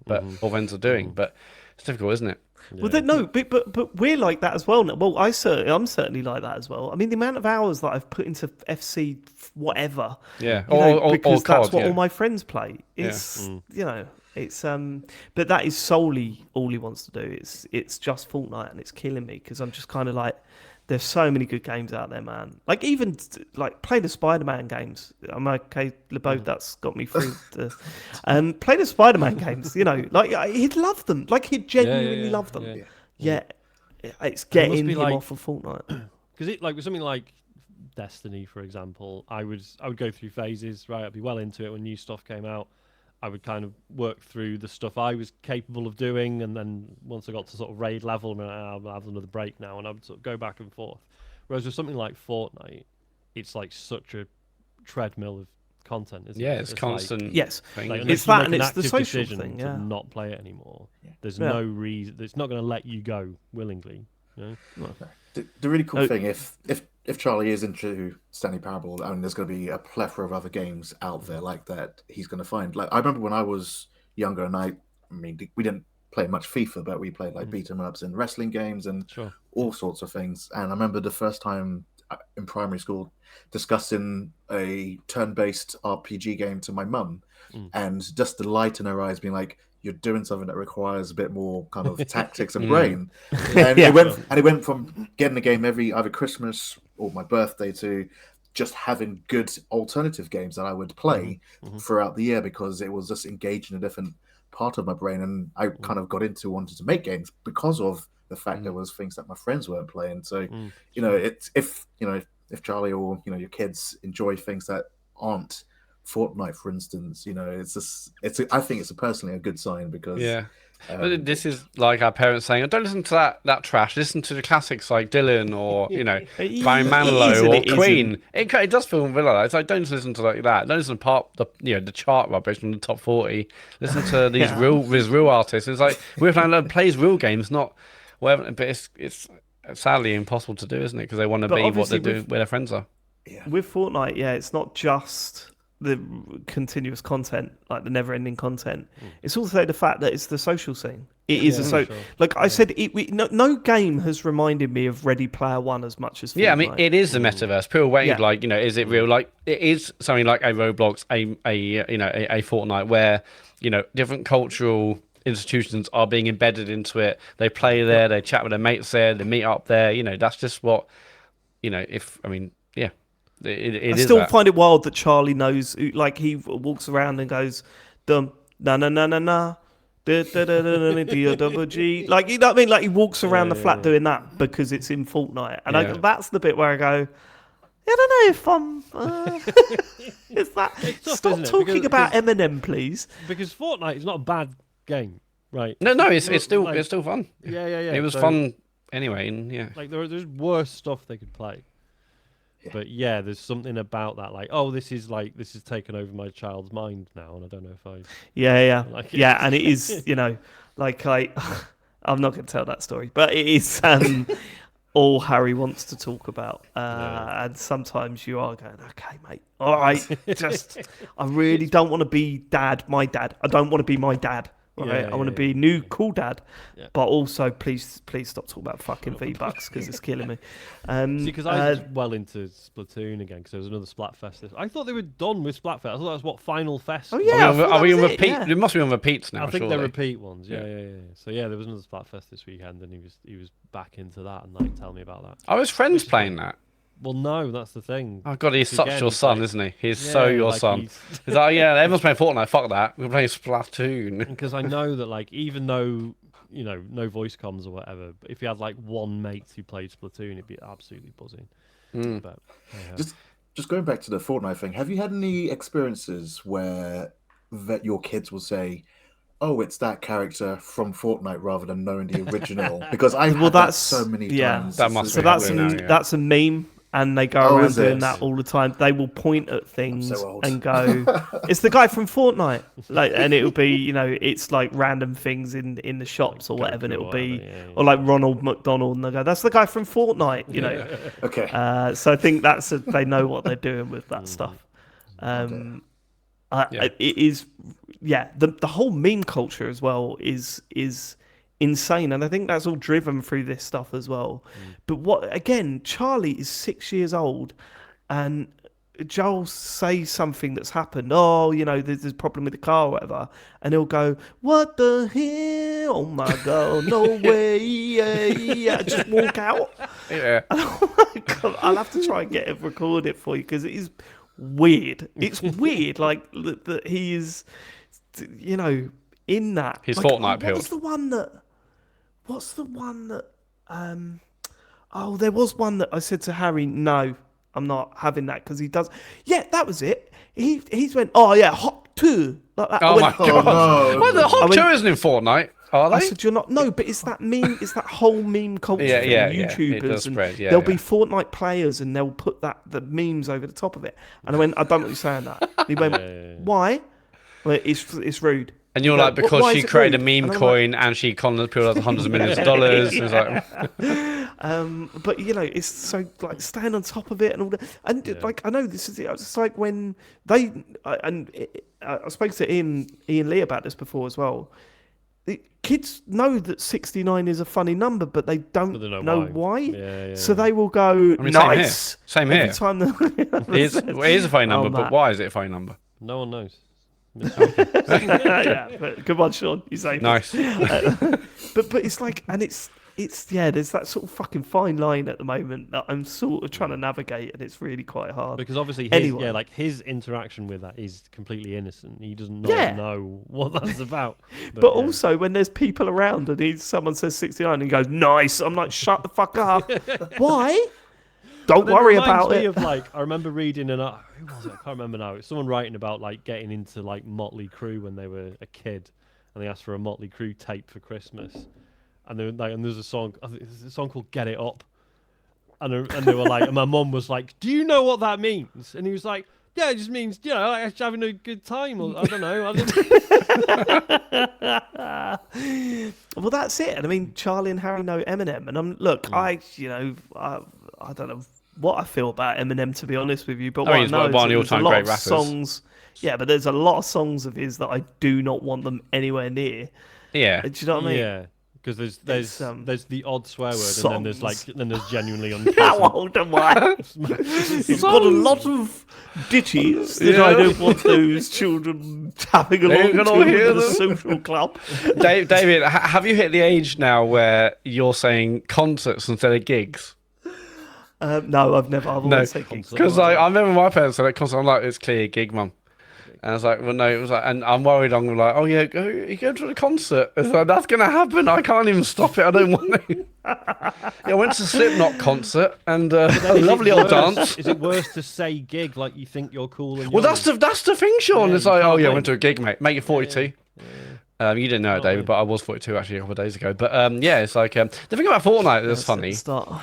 Yeah, okay. The thing is, it's like, Fortnite, and maybe this is unfair to say, but I'm going to say it, like, the Battle Royale thing basically came because PUBG was big and it Great seemed Dragon like... Claus just put in the chat, "Are we still on the news?" This has been a wild episode. No, this yeah, one. fuck it, yeah. But like, they had the original kind of PvE mode, and then they PUBG was big, and then Fortnite became Fortnite essentially because they kind of took that, and now it's like it's the biggest thing ever, and it's still massive, and it's getting bigger, and yeah, it's kind of crazy, isn't it? Like, What would Harry Fortnite have finds to do it to wild not- that I played OG Fortnite. He thought it was the wildest thing. You I mean, played telling me we played Fortnite. Alpha Minecraft. Yeah. Because if you see Damn that. like, and Brent, this is literally in fucking Morrison's. There's like Minecraft merch for children that says like crafting since alpha. Wow. I'm just like, no, you. Oh, I might buy that. Oh, Fine, don't do care. that. But also, I it's saw- just odd that they would. I saw you knobhead. No, I'm saying, like, to me, it's on the same level as like, like one time I saw a kid that the kid must have been like 7 years old, and they had a T-shirt that said "I saw Pearl Jam," and I'm like, that's funny. Like, I'm like, there's Your name what your was it? favourite There's- album, twat. over Christmas I saw a TikTok of like someone's uncle or whatever going up to this like toddler, and the toddler's got a Nirvana T-shirt on, and he goes, "Well, name 3 albums, name 3 Yeah. albums," and it's like looking at him like that. Got name 3 songs, name more than 3 songs. Come on, if you're such a fan. Right. Okay. That's- So that's that out was of the order. Stanley Parable.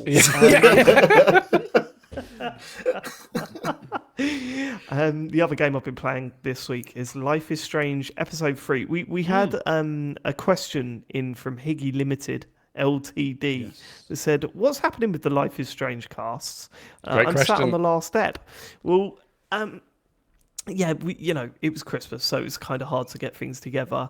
We recorded last week. We recorded the spoiler cast for Episode 2. During which we contemplated whether we were even going to put these out, let alone carry on. We did say on the show that was before. kind of, for me, less about the quality of the game, more it's like it's going to take forever, and by the time actually getting done, oh, you know, for me, it was about the will we quality be of the dead? game. Yeah, for me, it was the quality of the game. No, it was for me. It was that timing. It's like, you It was know, the quali- we it might was be the dead by quality that of the- point. It was the quality of the game, and it was also the who wants to hear this? Like, Life is Strange fans want to hear us do a spoiler cast, and if it's just us going, "This is dreadful," then why are we ever going to put that out? Like, Yeah. what is the benefit I of wouldn't- that? I don't even. It wasn't that it was dreadful as such. Just wasn't hitting the notes for us, was it? But And the it spoiler wasn't- cast is still the best thing about these games. I still find yeah, they were but still between fun. us, yeah, like I'm glad we still do them because I love talking about Life is Strange with you guys. Like, genuinely, I love it, and we wouldn't do that to that extent if we're not doing these podcasts. So, like, I do, I'm happy we're doing them. I did episode 3. I don't know whether I should say, I don't know whether I should go into it or not, or whether I should say if I've enjoyed it. You Or have some not. I impressions, think you can surely. say if you've enjoyed it or not, right? Okay, yeah, it's brilliant. Well, Yeah. That's really it's good. a significant step up Yeah. from episode 1 and 2. Yeah. Episode 1 and 2 were quite poor, and I hated everyone in it. Episode 3 is much better, and I hate one person in it. Can you say who? Amanda.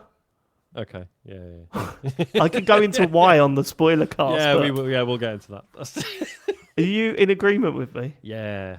Good, excellent, fantastic. That's great because it's a game that's trying to make you go, "Isn't Amanda the best?" I'm Yeah. like, I nope. wasn't a fan No, of the she first 2 episodes, so Yeah, it gets worse in this one. Yep. no. I'm back in. I'm back in. It felt like the most Life is Strange episode that they've done for a long time, actually. You know, True Colors was decent, but it didn't have that Life is Strange, oh, you're in this universe. Like, this is a ball of feeling and tone and you know, and all that weird mystery and that, whoa, what's going to happen? I don't think True Colors ever got there for me. It was pretty straightforward, whereas this episode was like, no, this is classic Life is Strange. You're back in that universe. You're back in that sort of entanglement. We've done the groundwork on the characters. I don't think the groundwork was particularly good, but we've done the groundwork, and now things that are happening to them are important. And I really, really hope it maintains this level now.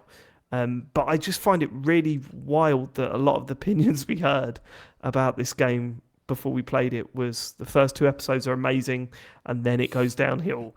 And I'm like, no, it's the opposite of that, actually. Yeah, I guess It's not I mean, it subjective. might go wrong yet. Yeah, I mean, Yes, ultimately, yes, well, the themes of what I heard was that it sets lots of things up, lots of possibilities, but it doesn't live up to the Right, potential. So I there's would still not time for want that. it to set up the lots of possibilities that it laid out in the first 2 episodes of Life is Strange Double Exposure. I would like it to forget those and do Start something again. else. Yeah. They could have set up fewer possibilities. Yeah, or And better you wouldn't have ones. suffered for it. Yeah. There's not one possibility that I'm hanging on to at the moment, Sean, from those first 2 episodes. Sorry, Sean. Cut So you I'm off. saying, does it feel like it's Max Caulfield and this is the progression of her story from 1 yet? Because I love Max as a protagonist, but Yeah. I'm stuck in episode 1 where it could be another character and it wouldn't do anything different. They made a That's big how I mistake feel. with Max, I think, in this series where they wanted her to grow up, Okay. but they wanted her to have the innocence of the first series. So it feels like someone doing an impression of Max from the first series, and that kills me a little bit. And it does it again in episode 3. There, these quirky lines that you just go, "That's what a child would say." Oofa doofa. I think that's they're the issue, oof isn't it? It's doofer and all that stuff. yeah, like Fucking yikes. Max going from being like 18 to 29 or whatever. It's like, actually, most people are kind of unrecognizable. Yeah, in that there's time span, zero right? change. Yeah. So the fact that she's still sort of coming out with little phrases and stuff, you're like, What makes me, I'm totally with you, like Sean about, like it could have been anyone, and they're oh, Max is back, that's cool, and I'm like, well, is it? Maybe it would have been better if it wasn't her. Now I'm thinking like, who really was Max? Did I really like Max? What was Yeah, her no, we personality? did. If we went back now, like, what is her personality? I'm not sure because, I'm not. I wish it was. If there's anyone else, I'd be happy, and that's a bit of a disappointment. I but- will say, from the end of episode 3, I now get what I think I get what they're doing with it, and I think it's interesting, Okay. and I think it does require Max. It requires us Okay. to revisit a known character, but yeah, obviously don't want to spoil it. Okay. Okay. But like I say, I'm still no guarantee that this is going to pay off in a good way. No. We'll see, but it's They're doing And stuff. They're trying things out. I like it. they are trying things out. We will continue with our spoiler cast. We have all done episode 3 except for Matt. Yep. Why didn't you do it last night, Matt? Because, we move on to me. Man of the nature. Well, no, last night was my birthday. I mean, obviously, yeah. obviously you guys Oh didn't. my god, you absolute... Obviously, you guys didn't mention it, but that's No, fine. because you went, I'm actually out tomorrow night. So Well, it's my birthday. was this Doesn't off-air matter. chat? Was this off-air chat where Was I it- turned was it- around, where I said to you that you love this, that you always keep your birthday quiet and then reveal after your birthday that just it's wait your to see who birthday? my real friends are. And I mean, it's just developments this year. Let's say that. Marta. Anyway, yeah, Matt, yeah, okay. Anyway, I haven't been playing that because I'll tell you what I've been doing. I've been hammering the fuck out of Final Fantasy VII Rebirth, and I finished Oh, it. you've decided to move on, have you? Yeah, I thought that was a controlling segue. it, are you? I thought that was a segue. Thought you were an expert in your craft, David. I was What were going to saying? leave you last because it's the least I care about a game. Okay, on fine. this Well, list. well, no, I didn't do anything. Let's No, move go on. on, tell us about Oh, finishing. yeah. Anyway, I Fantasy. finished Final Fantasy VII Rebirth. I've absolutely hammered the fuck out of this. I mean, I was playing it obviously last week, and I gave an update last week, or no, I guess over Christmas. And it's all I played. And just 5 minutes before the pod started, I finished it. I actually had to pause on the final cutscene to do this podcast. And on the final boss, I sent some panicked messages to Sarah Dyer because on the. On the final phase of the final boss, I was on this thing where for 15 minutes I was like, okay, health's not going down. His stagger meter, which you raise stagger meter and you do massive damage. Stagger meter's not going down. It's just staying in position. There's like a little icon above like his health bar where he can't do any damage. Like it's been 15 minutes now. I'm running out of items. This has to be a bug. And I was like, Sarah, please help. What's happening? And she's like, oh, well, have you done this? Like, I've done that. Have you done that? I've done this. Okay, well, I'm just gonna have to let myself die. And I did that and reloaded it. I mean, we've been over this before, but the way Final Fantasy VII Remake and Rebirth does its kind of replay or continue is crazy. There's like, when I let myself die, there's like restart from checkpoint or retry this battle. And I was like, well, checkpoint might be like a mid-battle checkpoint. That's fine.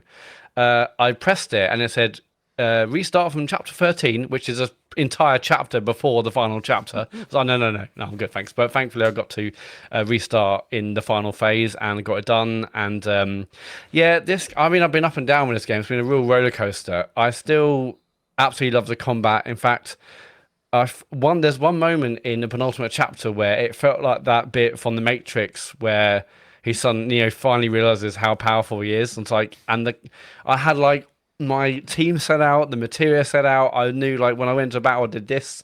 I was like, this game is fucking incredible. Like the combat is so bloody good when you get your team makeup correct, and you know, okay, I'm doing that move into this move. You're healing that person. You're doing that to maximize damage. It is so bloody good, and it's so fucking fun. Like I learned way too late in this game, and I forgot what happened in remake. Basically, that when you when you get a new weapon, and any weapon will have like an ability, and what happens is when you use that ability enough on that weapon, you get a little green tick next to it, and what that means is you can then change weapons, and you still have that ability in your ability list. And so I was looking at like build guides and like, okay, you should like work towards this and use that ability from that weapon, but actually use it with this more powerful weapon. And it took me way too long to realize that. And then in like chapter like 12 or 13, I was like, oh my God, I can use that, but with this. And I really felt like I just transcended or ascended to kind of the godlike tier of the combat was so good. The penultimate chapter I thought was amazing.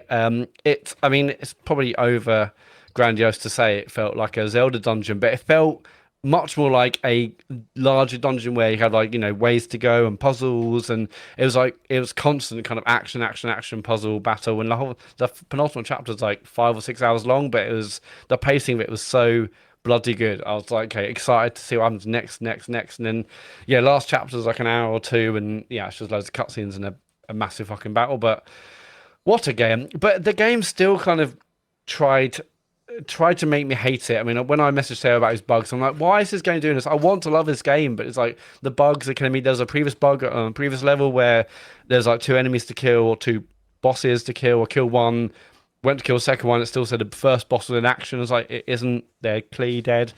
So it's kind of mad I'm still having these bugs. It came out back in March. But anyway, a lot of things I've said over the last few years, and it came out in March, it's still not last few months, sorry, still remain. Like I still think there's way too much busy work, way too much stuff to do. But I still love the fact I've played. I'm still excited as fuck for the third one. I still think I preferred Remake. It felt tighter, but there's just so much to do in Rebirth. I mean, the amount of like games and mini games, it is ridiculous, frankly. Like even in like a latter chapter, you go to this level where basically it's Cosmo Canyon, where I think I talked about at the start of talked about in the last episode, but there are loads of these kind of challenge, like these speed challenges where you get your chocobo and you need to like go and hit like certain score things you're flying through, and they're really some are really rock hard. And like this whole map is massive, and there are like mini games galore. And then Gold Saucer, which is a massive moment in the original game with always like mini games you can play. It's just it felt like Disneyland. There were like so many things to see and do, and mini games and high scores to get. But yeah, so I'm mixed. I mean, would it have been in my top games of the year? I mean, I've had a great time, but I've had incredibly frustrating times of it as well. So I don't know. It's a confusing one. Maybe it's the one I look back on and say, actually, in the end, I did love it. I mean, there were some moments in the last penultimate last chapter or 2 or 3 chapters. I'm like, this game is so bloody good. It looks amazing. Is it better than Hellblade 2? Yeah. I'll say then better. It would be in your top 4. Then it would be in your game of the year list. Hellblade was in. Yeah. You're probably right. Yeah. Anyway, Final Fantasy VII Rebirth. Like I said, I haven't. I mean, like I said, I had to pause the final cutscene. I watched like 5 or 10 minutes of the final cutscene, but I had to pause it to watch this, but to play this, but to record this. Fucking, I've lost my mind. But I'm gonna go back after this and then watch that. And then you there, haven't I? I've rattled you. You really have rattled me. Yeah. And then go back and watch those like explainers, and because I know there are subtle changes between the original. It felt like much larger changes in remake in the original compared to this, but I haven't finished the original, but I kind of want to go back and continue my playthrough to play it. But yeah, Rebirth is it's a weird one. I cannot wait for what they do in part 3. But what a game! I couldn't agree more with Matt about just how on the fence I was about this. I was looking forward to this so much. Remake is still a better, tighter game, Yeah, but like Matt, like I don't know how much sort of side quests and stuff you did, but did a fair amount in the end. Yeah, So I get really it becomes too much when you see a map and then it's like, here's all the things you can do, like classic kind of Ubisoft with their kind of game maps and stuff, and it really puts me off. And when I saw how big Final Fantasy Rebirth was going to be, I swore to myself I was going to play what I wanted and took out from what I was going to put into it. And the game really still adapts to that style. So with the combat, I'm not sure if you changed your combat style, but I took it down to more of the input rather than the action side of things. Okay. I took the difficulty down because it was all about, I wanted it to be about synergizing the right materia and nothing else from that. I wanted to be. Yeah, I also took it down to easy, and I was having more fun with that because it's getting to a point midway. I'm getting frustrated, and I think the combat is great fun. And now, like, even though I took it down to easy, and it could be like seen as button mashing, when I had that moment in like the penultimate chapter where all like the abilities and the mirrorverse material, I'm like, no, there is like a level of strategy to this, even on the basic level, like doing it right, and it's satisfying as hell. Yeah, and you can still get killed really easily if you don't switch your brain on a difficulty setting. But yeah, I did hardly any of the side missions. The game still was about 30 plus hours for me. That's it. I mean, I haven't seen my final game clock, but last I checked it was 110 hours. But yeah. But it's I took away from what I wanted from the game, and it still was one of my favorite games of last year. Big hats off to the Queen's Blood side game. Queen's Blood was amazing. Yeah, had great fun with that. I mean, like, so in terms of side quest content, like first 2 chapters, I'm like, I'm gonna do everything, and that kind of stopped me playing back in March. I'm like, well, no, I really want to do everything before moving on, and then I just stopped. So I'm never gonna finish this game if I don't do that. But then in latter chapters, I was like, oh, I do kind of want to do all snaps. The snap stuff where you meet someone and he's like, hey, go to a certain location, take a picture. I did all that. I do actually want to do all the Queen's Blood. I mean, the Queen's Blood stuff's mad. Like, I haven't finished every Queen's Blood, mission or, battle, but like I did one, I don't know, like chapter 10 out of 14, and suddenly there's a whole like meta game where you meet kind of like the creator of Queen's Blood in the game. And it's like, this is almost like Alan Wake levels of like meta. Like, I don't know, that clearly goes to other places. I'm sure if you if you finish all the battles, you'll see other things. But it's like, I'm playing this random dude who's like then transpires he's like the original creator. It's like, yeah. I reckon if you did enjoy those bits, complete Queen's Blood if you can, because it is rewarding. And the fact that they had a dedicated team just working on that mini game, you can tell it's great. But yeah, I finished it. Like I said, I haven't finished the last cutscene, and this has inspired me to go back and continue on to finish the OG game. But yeah, that is Rebirth done. Lovely. Okay, Sean Labode, let's go through your games, please. Hello. So I have for the past year. No, I kept it to games that have just come out in December. So I've got Marvel Rivals down. That game is something that I've been looking forward to for a good part of a year at least. To kind of, the elephant in the room, kind of compare it to Overwatch. I'm a big Overwatch 1 fan. Not so much a big Overwatch 2 fan, but I can break down exactly why it's nothing like Overwatch, and that's what really works in its favor. If you love Marvel in general, or your hero shooters, it is a match made in heaven. It's made by NetEase. I think it's probably my first ever NetEase games as well. So I came into it. The companies sound most like a cereal, right? Let's just have a bowl of NetEase, please. I don't know. Every time I hear NetEase, it's like it feels like it's going to be like a medicine, like a hay fever relief thing or something. Yeah, you're right. NetEase from the cupboard. It's the ease bit, isn't it? Oh yeah. It's 4 times a day after food. Absolutely right. That's the one. Sorry. Yeah. Have you taken your NetEase today, you bastard? Sorry. What happened to TCP? Did we all just agree to stop using that? That's still a thing. My parents used to put it in a fucking bath, which is ridiculous. Yeah, they're like That is antiseptic in the weird. bath. Like I remember the smell. I was like, my surely that skin's just- burning off. I was going to say that surely that's either incredibly bad for you or just dilutes to the point of being. I was useless. so clean though, sure. I mean, like I mean, didn't have a single Isn't illness this- for like 15 years. You Doesn't smelled your like mum not believe in everyone's nan. deodorant? Yeah. Is that- No, that's talcum powder. He's nothing wrong with talcum powder. No. So where were we? Marvel. Yeah. Marvel. Yes. Marvel rivals. Yes. So the obvious differences between Marvel Rivals and most of the other games out there that are hero shooters. So to compare it directly to kind of Overwatch, if you needed to, would be obviously Marvel's is third person. So that really kind of goes back to if you're buying cosmetics and stuff, you actually get to see what your character looks like, which is definitely a big kind of thumbs up in most communities anyway on compared to the shooters. But also you could say that, you know, the destructive maps, specific parts of each map you can destroy, which kind of changes like the kind of the chokes or just the way that you would play certain areas, which it's fantastic. But I think my biggest and favorite feature in that game, and I don't think I've seen it in too many other video games, is team ups. And you can say, you know, when you're playing other games, you know, if you do your ultimate and I do my ultimate, that's like a team up. But what Marvel Rivals really does that's different is you could be playing as, for instance, have Bruce Banner, the Hulk, on your team, and then you can have Iron Man on your team. And because you have Bruce Banner on your team, it charges Iron Man to have the ability to, you know, shoot gamma radiation, which is kind of broken because it kind of changes the amount of damage output. And you're kind of getting lots of characters that kind of team up well, and you can request people to kind of, if I play a Scarlet Witch, and then you have Magneto, you know, Magneto has ability to kind of make a sword out of, you know, the hex abilities that you have. And it really changes how you team up with and play in these games, because you can just have people who are all duelists, which is a equivalent of like a DPS, like your average, you know, attacking characters. And because the synergy isn't there, you just get kind of like a standard, this is what this character is going to be like.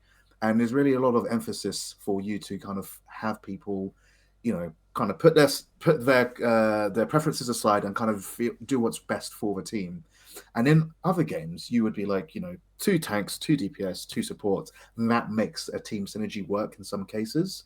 But in Marvel Rivals, it's more just kind of pairing up to help your other teammates. Sometimes you might not get the benefit, but your teammates might get the benefit, and that really changes how you play things out. Also, the game is 6v6, which Overwatch 2 doesn't have, which went down to 5v5. So, like, those are the really obvious differences. But, you know, as someone that used to play things like Overwatch and other competitive shooters regularly, you know, I haven't gone back to any other game since this launched. I mean, it's had like 20 million players.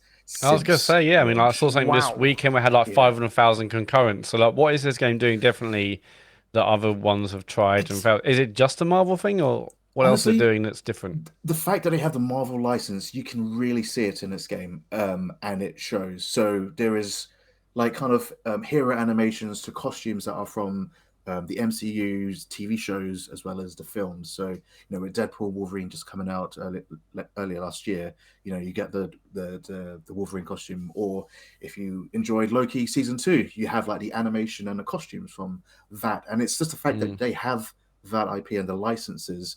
I mean, it's Disney, but, you know, they have that power behind it, which really separates it.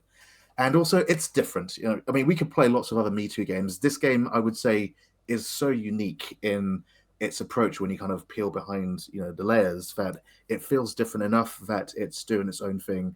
It's not like any other game. So I wouldn't say it's trying to beat other games. It's just doing its own thing really well. And it launched with like 33 characters, and they've added 2 more from the Fantastic Four in the last week.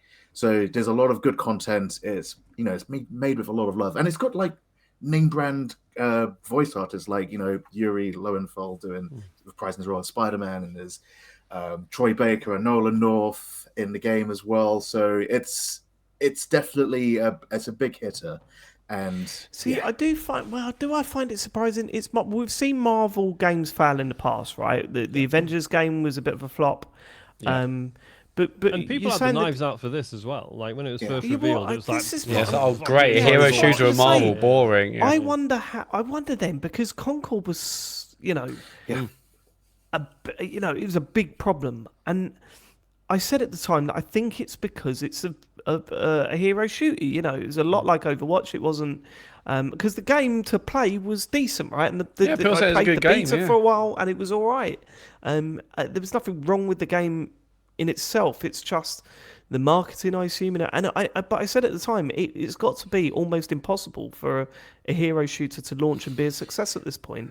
And Yeah. this just proves me wrong. Like, it just flat out proves my theory wrong. I wonder what the difference is. It can't just be because it's Marvel, right? Because, as I say, that hasn't worked for a lot of games. You can't just slap Marvel on it and you're guaranteed a success. So what is it about this one that But then, that yeah, just before Sean meant- answers, yeah, I mean, also, like, Scientologist mentions Deadlock in the chat, which is like the Valve semi-secret, wasn't properly announced, like, hero shooter, but, lots of people playing it kind of privately, and, yeah, that's doing incredibly well. That doesn't have a license, but yeah, I mean, maybe Concords wasn't as good as we wanted it to be. I don't know. Like, maybe it's just like a zeitgeist thing. If the right people are playing it, the right streamers playing it, suddenly everyone's talking about it, and it kind of grows from there, regardless of the quality or the brand. Yeah. I don't know. And it's also how the game makes you feel as well. So I mean, I love Deadlock, and Deadlock does something slightly different to most other MOBAs, which is really need to it's third play that. person. Yeah, I mean, it's all still part of the whole invite initiative on that. But to answer your question, Dave, I would personally say Marvel Rivals doesn't feel balanced in regards to the competitive side, and lots of competitive games out there has to be balanced to a T where it's fair. But what Marvel Rivals personally feels like for me is if I'm choosing Thor or I'm choosing the Hulk, you get that power fantasy, which you don't really get when you really get a balanced game. Like if you're going to choose these big characters, you want them to feel big. You want them to feel like tanks. You want them to believe that they are going to survive 2v1, 3v1, whatever. But when you take it back down to something like, again, Overwatch, yes, you have tank-like characters, but Activision and Blizzard would have kind of tweaked with a lot of the balance in so much that it's on a competitive level. When you go to like these big tournaments, it needs to be fair, and that's when you get kind of the meta team makeups, and that's when you have people kind of kicking people out of lobbies because they haven't chosen a character that fits the meta into this. Whereas in this game, I know it's still quite new, so no one really has the best kind of loadouts, or not loadouts, but kind of characters to pair with others. But that's absolutely fine. I mean, we got characters like Jeff the Land Shark, who is literally the most adorable shark with legs and hands, and he sings like the Jaws theme, but he sounds like a dog, and it's adorable. But it works because he's a support character, and he puts down healing. But the really cool thing that he does, his ultimate, he just swallows up a kind of an AoE area, and then you choose to where you want to split these. It could be your heroes on your team or the enemy. Like none of the ultimates are really broken. Like when you think of hitting on PC like Q, and you're like, I'm going to wipe out a team. Like that's like that makes it very strong. But a lot of these characters don't have abilities that will wipe out teams if you hit the special button. It's about how it synergizes with your teammates, and I think that's really what makes Marvel Rivals works well, is it really enforces the team element side of these games rather than the one-man army with the meta loadout and all that side of things. And it's got battle passes, and it's got this luxury option of battle passes, like the things that you expect. Do you know what I thought you were going to say then? I think and it's got Iron Man in it. It's got So, But let's go back to the original point. Like just the whole power fantasy, it feels like it's the Marvel characters that you're playing, rather than when we look at like Square Enix's Marvel Avengers, like they could be anyone. Whereas this, you really feel slow when you're a character that is quite weighty, or you can, Invisible Woman. Her passive, she is staying invisible for a majority of it. Whereas in a game like something else, that would be like an ability that you have in a cooldown, and it's just like lasts about 3 seconds, and you have to wait a minute. and it's really cool. In fact, I found out a fact a couple of days ago, and I believe it's true because they've broken it down. But if you're on a losing streak on quick play and you lose 2 games in a row, there is very good evidence that you get paired up against bots again in your next game, which It sounds cheeky, but when you think about it, when you're playing something like Call of Duty and you're like having 2, 3 games, 4 games back to back, you feel really kind of deflated about stuff like Yeah. that. But if this is true and you are potentially playing bots who are a lot easier, like you go from having a low to a high, and it just kind of keeps. I'm back you in the playing. game now. Yeah, I got to win. And it's just like, wow, if that's the case, and I believe that is the case, then that's such a cool formula just to keep the player base just happy, and it shows at the numbers as well. I would love it if they just made it very obvious they were bots, though. Like all of their names was like Tim 287, and they're running into walls, and you just go, okay, thanks. Like real sort of like, this is set up to make me get back into the game so I can, hold my own and go, oh god, they've put me in the bot server. I'm in the bot server. And just like from like a marketing point of view, you're much more like, oh fucking hell, I'm gonna share a video online that I've won a game. Like and I mean the amount of people have done it, like, oh, that's bots, mate. Like, okay, well, I don't care. I won that game. Well, that's the Fortnite model, isn't it? Yeah. I mean, the majority of the game that you're playing, they're bots, and the kids know it as well. Like the boys go, yeah, that's a bot. That was a bot. Yeah. Like they know. But if they get a win, it's still satisfying. Win to win. Yeah, it's that game feel. Yeah, it really is. Yeah. Yeah. What else have you been playing, Sean? So I've also been playing a game called Mouthwashing, which I didn't know existed until I got back to work this last week. Really? I've heard so many people talk about this in Game of the Year roundups, and last year it was like this an indie hit or indie game that everyone's talking about, but I just never really Sean and I got around spoke to about it before. I think Sean and I spoke before the Game of the Year show, didn't we, Sean? I think I can't remember that. Yeah, I think you'd brought it up, and I was like instantly interested in it. And then I've sort of been semi-obsessed with playing it ever since. So I've seen like little clips of it, and I've heard people describe it, and I've been like, I really want to play it, but it's PC only at the moment, isn't it? You can't even play it on the Mac. Yeah, it's. I mean, I won't go into spoilers because I think most of the game, the reason why it's fantastic is just the journey that your characters go through. But it's about 3.5 hours if you're slow like me. Sounds like my kind of game.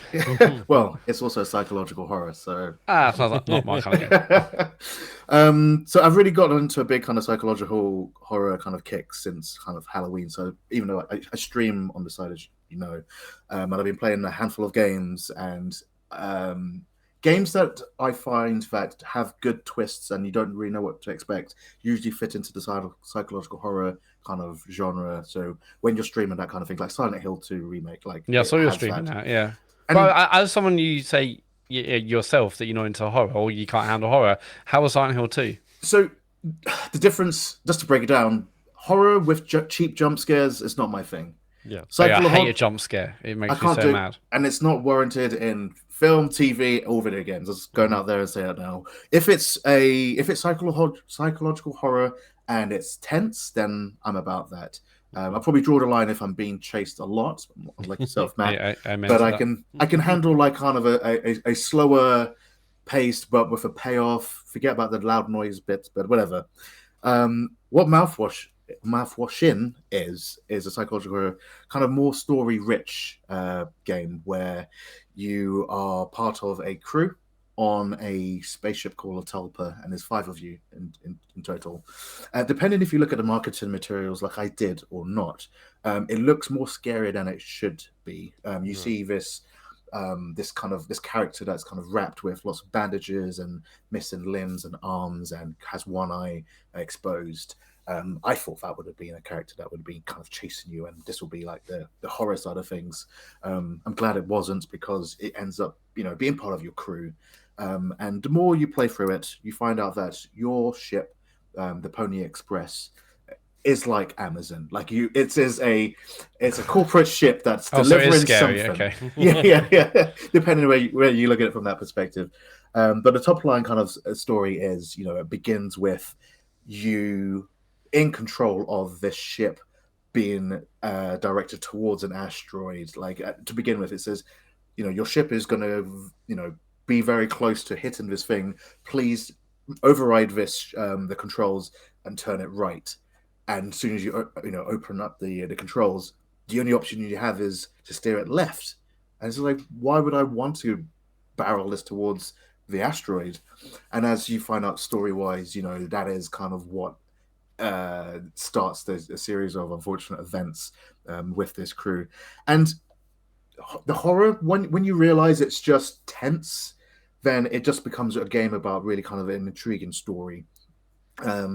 So you begin with this character called Jimmy, who is now taken over the captain's role, because the captain is kind of the character I described earlier with the bandages and stuff like that. And, because he can't really do his job, you take on the role of the captain being the co-pilot of this ship. And it's honestly, it's a great tale about how you interact with like these really big characters on your ship and kind of trying to work out what was on this ship that you're transporting and why things have happened the way they happen. And it also goes down into kind of guilt and showing you in gameplay form what that feels like. So, you could be doing something and then for a split second, not so much a jump scare, but there is like text that just appears on the screen that says something like guilt and it disappears. It's like, what's that? And then you do something else and then something else appears. Like that's the level of kind of scariness it can get to if you're a bit more adverse to kind of jumps and stuff. But it goes down the psyche of these characters. Oh, sorry, just knocked my phone. Go down the psyche. I get really animated. Yeah. I've been told. I'm so scared right now. Yeah, that was the jump scare for you. You get really down into the weeds of what the harrowing decisions that you are doing as Jimmy, and the game is told in a kind of a non-linear narrative, so it does jump between what happens after the crash, then what happens prior to the crash, and you find out that Jimmy's not the only protagonist that you control because your captain only got hurt during the crash, so you're seeing it from the captain Curly's perspective as well. And it does a lot of jumping, and it's really smart how when it does a jump, it makes it look like the game has crashed. So you hear the noise of your PC kind of seizing up software side of things, and then it'll be like 6 days after the crash or 1 month before the crash, and then suddenly it starts saying 6 days until judgment, and it's like, what is going on in this game? And it just kind of plays, and it looks really retro, but it leans into it tries to do the body horror thing, but not obviously. Like if you played PS1 games, as horrific as it gets, you can only get so much blood splatter and gore and stuff. So it leans into the fact that it's not going to be horrific, but it's in what the actions you do makes things horrified about certain things. So that's as much as I'll jump into with it, because it's a short game. It cost me about maybe £10 on Steam, and I honestly, if a story-driven game That costs sounds around great. that price, Actually, it's great. It made a fantastic stream. Lots of really cool characters. No voice acting, but it was just the way that things are animated text-wise, and how they're animated as well. The text itself, you can kind of understand how these characters are. And yeah, I'm not going to tell you what mouthwashing means, but you will find out. Yeah, the apparently you find out relationships. what it is, and I'm assuming it's something completely horrific. Big, and yeah, so highly recommend it. And I believe that came out in December as well, if not just before. Yeah, I want to play that game. I hope Yeah. it comes out on other platforms so I can play that game. I might just watch your streams of it, to be honest. Honestly, it doesn't sound like it's actually that. Like from everyone that said it, it's more like the thriller horror stuff. And I like. I'm totally on board with that stuff.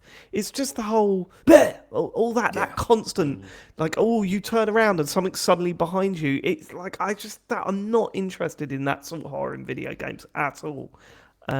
So this feels like it will be all right for me. And this And doesn't also, feel I'm a big too. boy. I'm a big boy now. So you're a big brave boy, yeah. Big boy, you really And this, strong. Big boy. Sean, this doesn't feel like too complex for console. This is, it'll work on a pad, I guess. Or I think the only interaction I ever had was left click to interact, right click to step out of an interaction. okay, so it'll work on pad, yeah. Yeah, definitely. Okay, nice. cool. We've got enough buttons on controllers these We days do. that should All Got loads be of them, yeah. possible. Sean Bell. Hello. Have you got anything for us? Yeah, I got a few things. Cool. We'll bring it out to the table then, boy. I will then. Metaphor ReFantazio. Bad Oh, name. this is the game that everyone like was that saying name. was Game's amazing, exciting. and I looked at it and I was like, this is not on my list to ever play. Have you, Sean? Have you played this? No, but I did appreciate the fact that it did pretty well at the Game Awards. Yeah. Nominations and stuff. I played the But, demo, and I was like, I'd love to play more of this. Well, this is the thing. So listeners to the show might remember I also played the demo, and hate is a strong word, but I got nothing from it. I felt like I spent like an hour on it, and I just didn't. I don't know. I just got nothing from it. I wasn't drawn in by the story. There was a bit where it's like, oh, you've got to run to the city and there's monsters, but don't fight any of them because they're all too strong, and you just have to kind of run past a load of monsters that are trying to kill you. And I was like, I want to see the combat. I want to see, because if I'm going to enjoy a JRPG, I need to get into the systems, and I understand why they can't necessarily go right into that stuff. But it was like I wasn't even getting a flavour for the combat or anything like that, and you don't for quite a while. 3 hours was the point, I think, or thereabouts, when I was like, okay, this is fine. I should say I blagged a code for this from a friend. That's why I ended Okay, up... all right. Yeah, Okay, so 10 out of 10 That's incoming. why I like it now. 10 out of It's 10 good. incoming, baby. That's why I ended up spending more time with it. Yeah, because it's a 10 out of 10 game. Because It's a it was- free game. And Arrived in the inbox. yeah, it was about 3 hours in where I was like, right, I think I get it now. It's you've done a bit of combat, and then it introduces, because obviously there's, the same team that did the Persona games, it introduces this game's equivalent of Personas. They're called archetypes in this. And I was like, right, it's starting to click now. And yeah, like I haven't got into a JRPG for God knows how long now. I can't remember what the last one might have been. Final Fantasy X. So like I've tried with Persona. Everyone says like, no, these are the ones. These are really fucking. I tried with like 3 and 4. And Yeah, but then they always go, yeah, but there's always just ignore the weird bits that last 3 hours in between the bits that are good. Yeah. Oh, Yeah, Ben so- in the chat's pointed out Lost Odyssey. Yes, that was a good one. So really pleasantly surprised by how much I've gotten into this. Like, yes, there's running around dungeons, there's fighting monsters, but it's all very brisk. There's just enough sort of tactical stuff to think about. Enemies have all got different weaknesses and stuff. You're constantly sort of mixing up your party has, characters that I assume at some point you start being able to swap them in and out. At the moment, it's all been dictated by the story. People come and go, depending on what's going on in the main story. But then, they've all got their own skills and stuff. But then each of them, usually, as far as I can tell, bring a new archetype with them as well, which is one of these creatures that you can sort of turn into. And you can then, you can totally switch them around. Like, you can have a party you've all got the same archetype equipped, or you can, it costs you this resource to sort of buy more archetypes for a certain character. But yeah, it just means everyone you meet, you're like, oh shit, I've got this new class to play around with, essentially. And it's like, oh, what would that mean if I switched this character to this class, but then use some skills from one of their previous classes? And just figuring out all those synergies and stuff is just such genuinely really good fun. And as I say, going to new dungeons and stuff, and there's new enemies, different weaknesses and attack types and stuff, and you're constantly trying to exploit those weaknesses, right? Really fucking good fun. I don't think it looks great. I don't know. Did this come out on previous gen as well? I can't remember. I don't think so. Yeah, Was it Really recent. doesn't look great. I don't think. So that was kind. Yeah, it is on PS4 and Right, that makes it's on Series more S. sense. So, Because everyone goes on Series about S is the current console. Oh, you isn't changed it? your tune? Okay, fine, great. Where the points? Well, we did establish at the time that a variant would not be included in That was still the Did discuss at cheapest the current gen console time. ever. I get the point. So because everyone goes on about the visual style of Persona games, and that's here as well, but it's not it's all in the interface, right, and the sort of the tone of it. The actual visuals of the game, I don't think look that great. It does this cool thing, if you're going through a dungeon, every time you finish a battle, when it shows the result, you have the sort of battle results in sort of one corner of the screen, and then one half of the screen is just this sort of diagonal down shot of your party, slow motion walking forwards, and just like that's Cool. I really like Cool that. stuff. Yeah. Like James disagreed with me. Maybe you did at the time, but I just thought this game looked cool as fuck. Even from like the style of the fonts, it was so just that's what stylish I mean. as hell. Yeah, the interface stuff looks amazing. Like all the typography and the layouts and stuff are beautiful. I just think the game itself not that great, but whatever. Yeah, really enjoying it. Obviously, I wish I had a friend that would just give me codes. How do you get those? Yeah, how's How do you this get this I work wish I out? had a good friend. What are you laughing for, Sean? built a Yeah. Sean Labode, what's happening here? What else should we the play? story's gotten really interesting as well. Okay. It's too early to comment on like what it's doing, and obviously I wouldn't want to spoil it anyway. One thing, I mean, maybe this goes somewhere. But one thing that is bothering me is that like it's set in this fantasy world, and it's like people are like divided into these different tribes. So there's like they have these different mutations, right? So there's one tribe that have like little horns. There's one tribe that have like cat ears and tails and stuff. And your character is an elder. You're part of the elder tribe, and your thing is you don't have any of these like distinguishing features. You just look like a normal person. And you're like the lowest of the low, right? Everyone's racist as fuck about you. Like, there's like a pecking order of all these different clans. Drop that. But what bothers me is that like there'll be situations where someone's treating you like shit, and the game's like, oh, you've got to like prove to them, like you've got to do like prove yourself and show that you're a nice guy or whatever. And it's like, no, that's not. Someone's being racist to you. It's not on you to prove that you shouldn't be the subject of racism. It's on the racist to not be racist. Do you know what I mean? Yeah. It's like it's very like because it's. So you're saying this isn't a cure for racism? You're saying this game has not worked out? It's not a cure Okay, that's for weird. racism, Okay. no. Let's say Strange, maybe it's doing something clever because it's clearly engaging with a lot of political stuff. Because the game opens with like the king's been assassinated, right? And we're trying to find the new ruler, and the systems in place to do that are weird. And like there's this very obvious villain who is clearly just a huge shithead, but is just kind of getting away with it in plain sight and is probably going to end up being the next king. Can't imagine any real life parallels to that. But James Farley. James Farley. Exactly that. But and this is like the game sets this out quite early on that it is about like how useful are fantasy stories in terms of real life, right? How much can you pull from them and implement in your own life? How much can you learn from them? So it would be kind of a shame if the end was like, yeah, you can't. It's just like but at the moment, don't call me that. Like, at the moment, it kind of feels like yes, there are some real world parallels here, but I don't really see how any of it is useful to me. Do you know what I mean? Yeah. So I don't know. But does it have to? Does it have to? I mean, it doesn't. Well, no, have as I to, say, does but it sets the story out as being like right. It's our like touching on it, fantasy but not stories yeah. If it doesn't go there, like in Far Cry, was it Far Cry 6 or no Far Cry 5?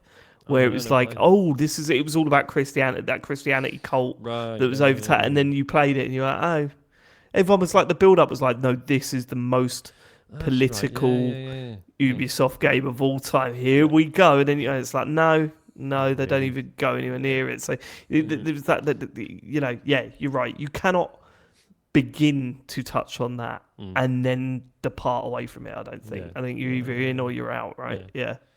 So interested to see where the story goes and the sort of politics of it. Do you think you'll carry? Because this is like a 70+ hour JRPG. What games are coming out?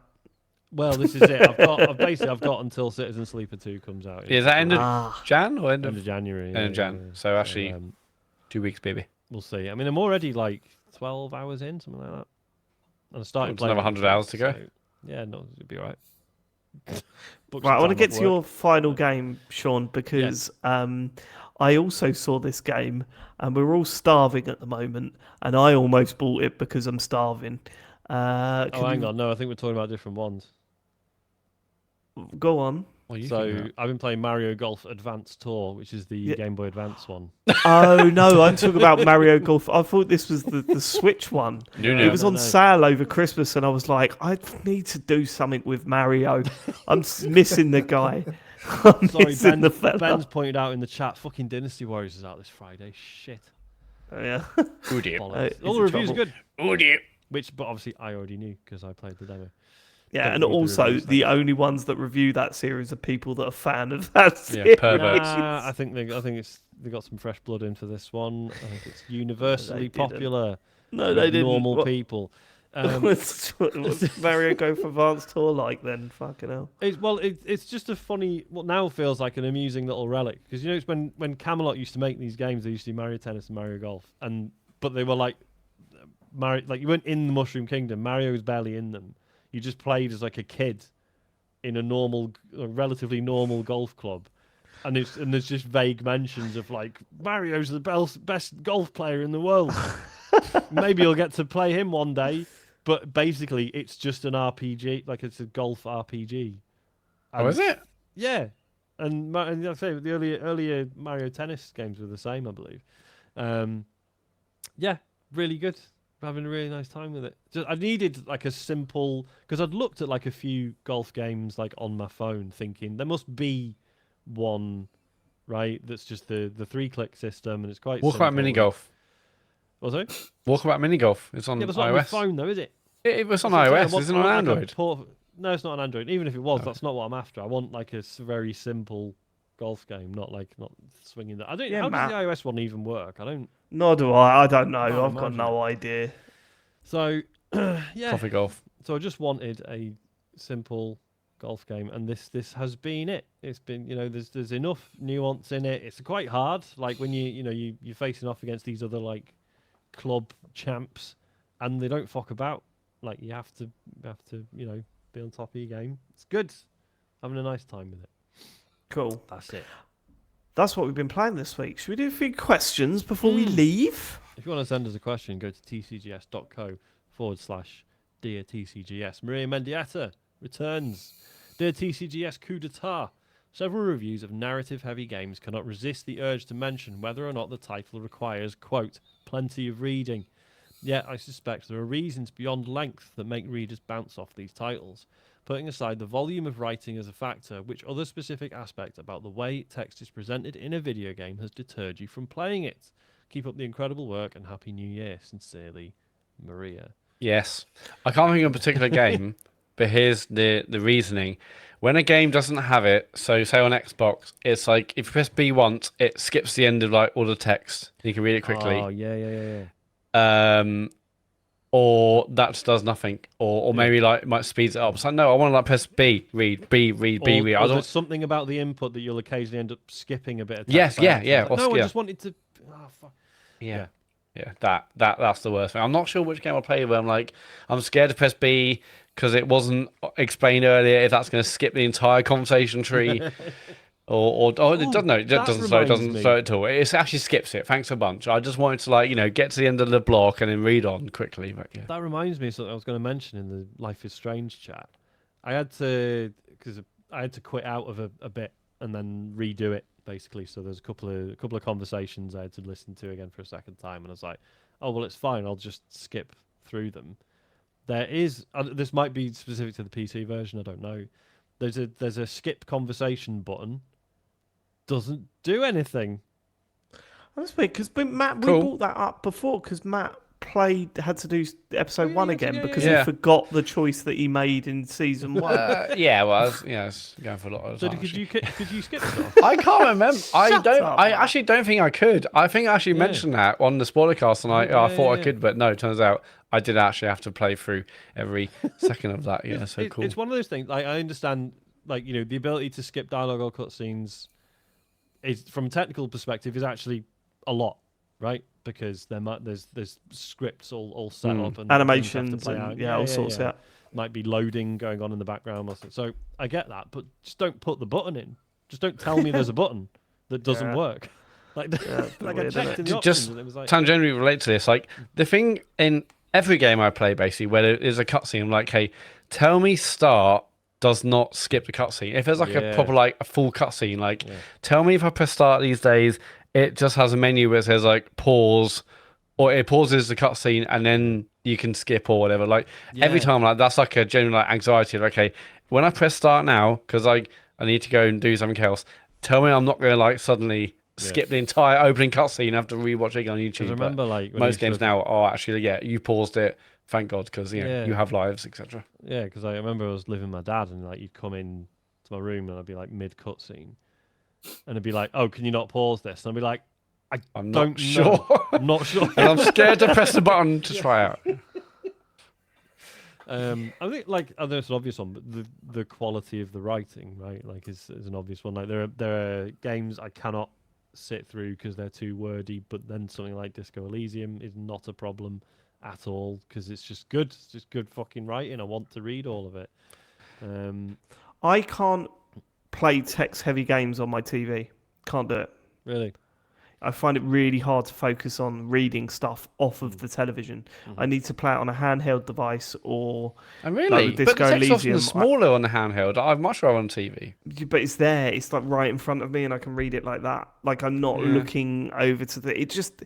I don't know what it is. It's the space between me and the words. I get either distracted or just like I'm like I can't. Just be get your bothered. eyes touching the OLED panel of your TV. And then like sometimes I sort of like lay back and play them and read at the same time. Like I don't have to sit up straight and read the thing. I don't know.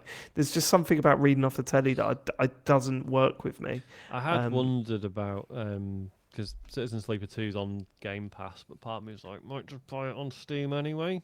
Yeah, Steam Deck or PC. Steam Deck or a sat at desk might be nice. I don't know. Have you not got like a well yeah I suppose it would work on phone though, wouldn't it? Just beaming it to your phone. Yes and no, because if you play the Xbox version on your phone, then you've got a 1080p video feed with presumably quite small text. Right. Getting beamed to your phone. Also, Steam's surely perfect for you, Sean. Haven't you got like a thing you can do where you can beam it to your TV, or do you not have? You got Steam Deck on the dock, so you can play PC or TV or handheld. So sure, it's a Steam slam version's dunk. probably the one. Hold on. So how's this work then? So if you've got is it it's on Game Pass but console only. It's not Game Pass PC. Well, even if it was, that wouldn't work on the Steam Deck. I'd have to. It doesn't work on the Steam Deck No. at all. That stuff. Well, it does, but with fucking Through the around, browser, I can't right? bother Right. to- Yeah. I'd rather just pay 15 quid on Steam and not have to. Oh, I'm just missing money seems bags. I'll just chuck money at it. Patreon.com. 15 more pounds into the kitty, please. I'd rather just chuck money at it. Yeah, 1,500 pounds, 200 pounds. Demand another copy. One more is for free, sure, but I would like to pay the money The thing. for the game. Well, because maybe I want to support the developer. Actually, Oh, actually, you changed the tune. Makes a change. Sean, is there anything that sticks out for you when it comes to? Honestly, like if the text doesn't have an option to speed the text slower or faster, because I struggle because I'm a very very slow reader. Like I'm that person that would take 3 times longer to read a book. So if it's not got voice acting in it and it's just text, but it's scrolling at a speed that I can't keep up, then I can't. I fall off instantly because I'm more or less missing half the text. So that puts me off. I'm not sure if that answers Maria's question there. Also, when I stream games and it's not got any text, blocks of text is like almost impossible. And there's certain fonts that I find very comfortable. Like I don't have dyslexia, but there is like very special fonts that are like, I think it's just like the Sans range. Yeah, It's I mean, easier- Comic easier- Sans, famously, we all love that. Well, yeah, but I mean, there's other Sans. Other fonts Sans out are there. available. Other Sans are available, but they are like a lot easier to read. So if it gets a bit kind of fancy with just the font itself, like if it's going to have cursive or whatever it is, I will struggle to read that because I'm mostly reading these games on stream, and it will just kind of break up, and then you get anxious, and you're like, I'm basically showing that I can't read basic English, and it doesn't make sense, and it's all just down to the font or the speed of the text. So if you nail that, then that's perfect. Cool. Have Do you answered like your it when it question, makes a Maria? sound when each letter comes up? Coming up on the screen. Shut the fuck up. Doesn't finish right do that. It's Yeah. like, Yeah, it's like typewriter, isn't it? Or... Every single thing. Yeah, it's really annoying. And But there you different go. characters All have right. different pitches, which weirdly, sort of works. But yeah. And am I right in thinking Animal Crossing has it actually like it's got text to speech, but for each letter, But it's so it's really useless, basically. It's, that's how they get the yeah. voices in there. Yeah, it's Yeah. weird. which is interesting because it means that the same words sound sort of consistent. They don't necessarily sound like the word, but it's interesting. Yeah. Right. Mark of House Whitaker says, "Hi all, this is the first time I've ever written into a show, so be gentle with me or not. No. Safe Wanker! No. Sorry. Love the show, obviously, sock up. And I'm truly disappointed when one of you can't make the show. Well, get used to it, babe. Sean the Bode. Yeah, that is Sean the Bode in the mud right now. That's out of order. Mark saying, "You're shit. You're shit." Yeah. You're shit. Cheers, Mark. That's out of order for Mark. Mark, you're out of order. Some Bit out kind of of order, Mark. podcasting boy band. Anyways, I've got a question. Sean has got a Steam Deck and I'm almost ready to pull the trigger. You don't talk about it much, and I wondered if it sat in a drawer somewhere and it was an expensive toy that isn't as fun as it used to be. Also, with Dave's love of the Switch and the Portal, is this not something that would be perfect for you? Love you all. James a little bit more, though. Take care. Stay awesome and keep smiling. Keep smiling. Start smiling, more like. I'm going to start smiling after this. You've come onto the show. You picked the worst time to message. You never messaged in a podcast before. The one person that you like isn't on it, and you've offended our guest. Yeah. You absolute monster, Mark. And you're calling Sean a liar. Sean, is your Steam Deck just under a blanket in a fucking We just talked about it, I was mate. gonna say, so- I worry that if anything, I talk about it too much. I use it all the time, like probably Okay. more than anything else at this point. Like Really? More than the What's toilet? microwave? Yeah, air fryer. Both we're in the same place today, Dave. I appreciate it. Yeah, no, I use it loads. It's really good. Like it. Yeah, and I have no interest because it would piss me off. Like, I mean, It's you a bit know too that. computery. Yeah, it would just piss me off so much. But you don't have to go to that level of computery, do you? I'm sure the No, whole but point my is brain like, does. Most of the Yeah, stuff my brain Or does. maybe your brain's just not. most of the stuff I contend with the Steam Deck is because I'm putting it on the TV. Right. But I honestly, the one time it goes, oh, the frame rate, I'll just chuck it out the window and scream Don't like want really, really loudly. I'm pointing out of my window at it, going, ah! Joe just going, calm down. Remember, on the beach, you're on the beach. Oh, sorry, Joe, sorry. Did So- it ask so you to, when did it games ask you to have- reduce the resolution? It did, Joe. Yeah, it did. So in games that are like performance or fidelity mode, you're okay with that because that's just one setting. But like, That used to piss me off until I got to the point where it was so clear that I didn't give a shit about resolution, and I gave a shit about frame rate. Yeah. Like that was the moment for me where I was like, oh yeah, if you look at that bush right in the distance, I can see the leaves, but also I feel like I'm in a flip book. Whereas the other way, I can't see those leaves, but it runs well. So from now on, performance on everything, please.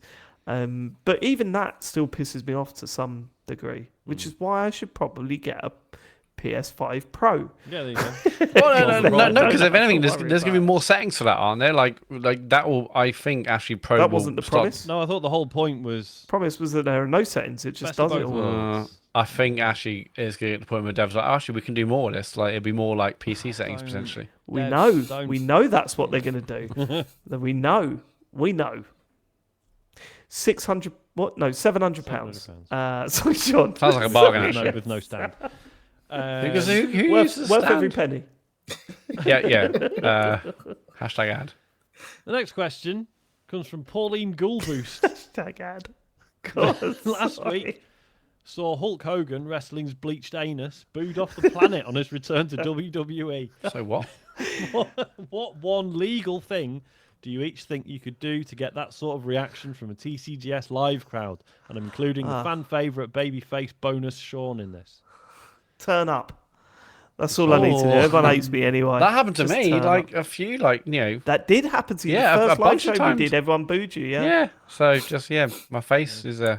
That really affected you as well, didn't it? Even though you were actively trying to play the bad guy for a Yeah, bit, even 'cause though that I was in becoming the middle of- heel and I was having a bit of a laugh of it, it kind of, You yeah. stole the cereal from from Harry and all that sort yeah, of stuff. just for banter. Yeah. Now look at me, now look at Do me. you know that story, Sean? No. So No, to go into do it, you next remember question. When, do you a good remember when Mario cereal came out, where it had like an amiibo on the cardboard Can't box? believe we're getting into this. Yes. Well, a listener DM'd us and said, "Oh, I can send some over for Harry if he wants some." And I wasn't checking our DMs, and Matt went, "I'll have it," and put his address in. So they sent it to Matt. And it was for Harry. And I ate It the was for lot. Harry, I yeah. ate the lot, Sean. No, I didn't. I took a picture and sent it to David. Because David's not capable of taking a picture, so... Well, yeah, but you weren't going to until I found out. No, obviously I was going to do that. What was I going to do with some cereal? I just wanted to, you know... Well, you did say, "Can I have a bowl?" and then I'll seal it up. Yeah, that's you what did I say want. that to I me. want a taste of it, sure. You didn't allow me to have that. And I'm the bad guy in this scenario. No way, that's out of order. I'll never forget when it finally showed up. It was like, fucking hell, Matt. I can't believe Bastard. you tried to steal this from my It was child. battered to fuck me. Stole cereal from a child. Well, yeah, that's- Sean. Yeah, that's been. Oh, is that- Yeah, okay. I think that's out of order. Personally, I think Worked that on was just himself, and he's- yeah. I've done a lot of therapy since then, and Yep. would I do it again? Probably, but would I feel bad about it? Yeah, sure. Okay, that's sorry for the it's my people child's watching it. That's cereal. him finally getting his cereal. Yeah, but only one of them people had some of the cereal, and it wasn't me. So, why couldn't I have a lovely bowl of cereal? That's what I wanted. Sorry, buy man. your Shop and buy some, Matt. Well, yeah, but not Mario stuff. Harry didn't like it. We chucked most of it. Oh, in the bin. great! Oh, brilliant! Really rub my face in it. Nice one. Right. Oh, I didn't like it. Then threw it in the bin. Did I you like watch cereal. that Hulk Hogan thing? It was hilarious. I didn't. No, what's happened? I thought it was cancelled. It's Well, the most. Well, he walked out. It was booed, rightly so. But it was the most honestly, I did. Do you know he was wearing a vest that said "Real American Beer" on it, which is his own brand of beer, and he ripped that vest off to reveal another vest that was a Netflix commercial thing. And it was like, Jesus! If anyone could look like, oh god, WWE is like just. I mean, it's always been like commercial or whatever, but this was like, fucking hell! Are you taking the piss? Yeah, I mean, obviously, this is like it's launched on Netflix, so it's always going to be a bit different, I guess, wasn't it? But Yeah, well, I'm this just was amazed they even out- brought him out, outrageous. to be honest. Yeah. I wonder if Yeah. he was he booed because of that Vince McMahon Netflix show, because he was pretty awful in that, and I've lost all respect for Hulk in that. Because I'm I sure thought he did he stuff was way already before, didn't he? disgraced, wasn't he? Yeah, but, But but even over my more head so until now. I watched that. Yeah. So. Pro-Trump as well, wasn't he? hmm Pro-Trump. and famously, Um, Sean Labode is not pro-Trump, as we learned tonight. So, No, I thought we learned that he was. oh, good point. I'm confused now. Oh no, Politics we is no. weren't. tricky, isn't it? Yeah, It's Well, tricky. confusing PS4 Pro and Pro Trump. yeah, Same that's a thing. good point. Yeah, it's easy to get confused. Big difference. Yeah. Yeah. Okay. Is that it for that question? Yeah, I think we so. didn't. Did we give an answer? I'm not sure. Well, Can, it's can tough the to think episode of, title like- be pro-Trump? No. I mean, the SEO will be off the hook. We'll but get no. more listeners. I don't think Think we of would. that. I mean, we would, but we won't want to speak to any of them. Yeah, there were lots of people saying That'd be you're very bad. political this week. Oh my god, our feedback form's going to be a nightmare. I'm just not going to look at it. I'm just not But it's gonna all right. look at it. For some reason, they always have a go at me specifically. So Well, because you are the worst. Yeah. Okay. Ben says Sean Labode joins the TCGS faithful in the Twitch chat most Mondays. His name on Twitch, confusingly, is Extreme Matt. So I'm wondering, if Sean Labode is Extreme Matt, then who is Extreme Sean, Extreme David, and Extreme James? Extreme Sean is Ian Lee. Extreme David is Sarah Dyer. Extreme James is Inel Tomlinson. Next question. All right, fine. Yeah, I mean, we Stuart should explain that because even the other day, I obviously knew he was coming on the show, Sean, and I was getting my head shaved, and I was thinking like, yeah, Extreme Match is like a crazy branding choice. I mean, you've told us why, but you should probably explain for New listeners, why you put Extreme Matt? 'Cause at first, Branding choice. Only you put it that way. it is a branding choice, isn't it? It's just such a boring story. When I perfect. was much younger, I'm still pretty much in love with the film The Matrix, and I made my game in tag Matrix UK because I was a kid. It was fun, whatever. Mate, I've definitely got worse. If you got worse, okay, Yeah, that makes me don't feel worry worse. But then 16-bit pixel over here says, no, actually, mine was cooler. So I took the MAT from Matrix and I put Extreme at the start. And my sister, who I used to play games with, was Extreme Cat, and I was Extreme Matt, but it meant Matrix. But because I didn't know any Matts that had one T, and then Matt 'Cause who Murray would comes do that? along. Who would Right, spell Matt with one T? It's fucking stupid. it's Yeah. insane. Well, again, we've been over this story. It wasn't my parents' fault. It was. Yeah. So it's not short for Extreme Matthew. It's Extreme Matrix. But yeah, that's Matrix. story for another time again, I guess. All right. Stuart Nice Fraser says, hello and happy new year. Hope you had a wonderful Christmas and got to enjoy some games over the break. On Sean's recommendations, quote, the perfect Christmas game, I got stuck into Pentiment on my 2 weeks off. While I can see it isn't to everyone's taste, I had a lovely time with it. Just as the third act came to a close, the snow started falling outside my house, and I felt like it was really the best way to bring the festivities to an end. Another top recommendation from TCGS. But this got me thinking, what are the best games for other occasions? Maybe Katamari for Easter, batter through crowds of people in Dynasty Warriors for Glastonbury. Anything not horror related for Halloween? Would love to hear what you guys think. Love the show and thanks for another great Game of the Year episode. I hope the war wounds have recovered. Stuart. Oh, P.S. You're always wondering how people find the show. My first episode was Game of the Year 2022, where you picked Citizen Sleeper. The chaos had me hooked and it led me to one of my favourite games from that year. Cheers, Stuart.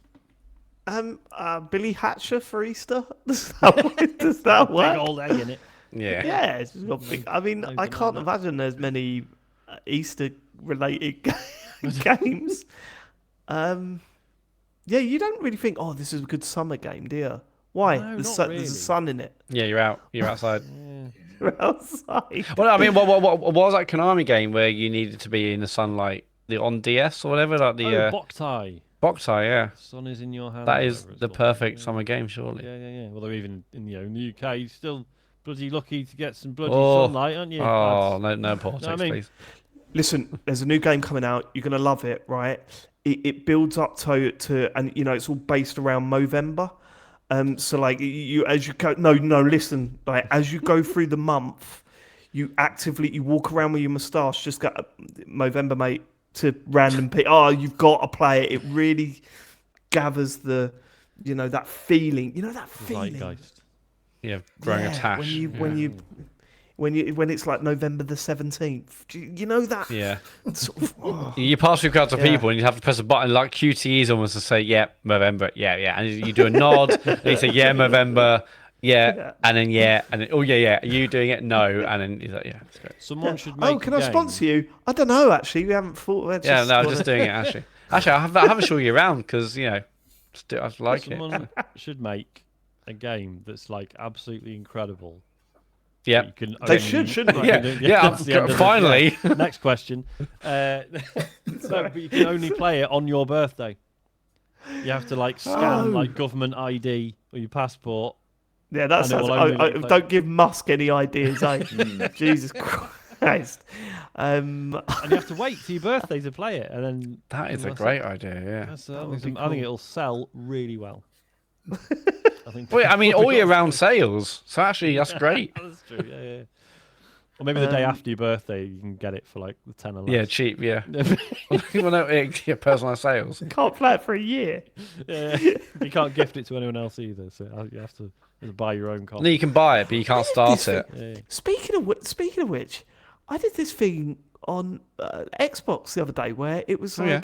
like, and it is real, right? I looked into it. It is good real. I start to a haven't been story. scammed. Yeah. Those are the stories I love the most, Sean, because that means it was not real. It was like you need to verify that Harry's Xbox account is for a child and that you are the parent. All right. And I was like, okay. And it went, go to this website. We'll take a photo of your face and we'll verify that you're old enough. Yeah. And I was like, what? But also, I wanted to go, look, you're clearly gathering loads of data on me. Send me what you think.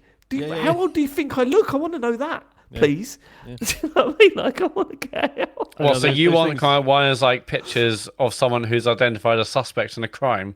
So we think you look like this. No, I want the stats that have been tied to that photo. Like, what have they said?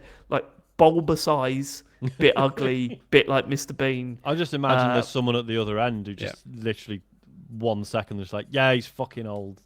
Yeah, knocking one out to them though. Like, every little Jesus photo that comes Christ. through. Don't think that's God, what a GDPR job compliant. No. What a job that would be. Just, yeah, no, older. Yeah, Older man. probably. I don't know. I hope it that's my answers your story. question. Yeah, Stuart. there's no other season or annual event that's like powerful enough, right? Did Sorry. you not like have Valentine's Day? Might be easier. Oh, yeah. Oh, wasn't I was gonna say Catherine, but that is the opposite of what is a romantic video Yeah. game. Yeah. Don't you get chased by a? Yeah. By what? By what? I haven't played the game. No, I Sean don't like the getting, Boat knows don't you like get getting chased, by- but got an impression Yeah, it you sounded would like sexy. I think Yeah. Troy Baker, one of his first roles as well. Really? Was it really? Breakout role. Holy shit. Okay. Damn. Okay. Should we do one more? Because I've just realised we're 2.5 hours in and our last one was 3 hours and people going, So- come on, you're It's taking the valid. piss. Well, I know that's the case, but just like, we haven't discussed this. Like, have any of you actually finished Indie? Or I know I did it for the No, Game of not the Year yet. show, but have I tapped you out. I got a little Oh, bit really? bored in the second area. Yeah. Oh, mate. Oh, that's there's a really shame. good bit Not after bored. that. I got frustrated. I got It's not frustrated a with great it bit. going. That's been my least favourite area so far. It's not that. It's the fact that I want more action in an indie game, and there's a lot of sneaking about. And then when I walked into that area and people were chasing me just around the marketplace, I was like, I can't. I don't know. Yeah, I sneaking just is wanna like a walk big around. big part of it. There's not a lot of shooting, but oh, that's a shame. I thought thought you would have all. Have Finished. you- No, why, I- have you I done do- it? I do want to crack on with it at some Have I point. done it? Yeah, have you done it? Have I done what? Finished the game? Finished Indie. Oh yeah, you did, didn't you? Yeah, shit. Memory's going, isn't Got me that. He is old. The old man. The old man's.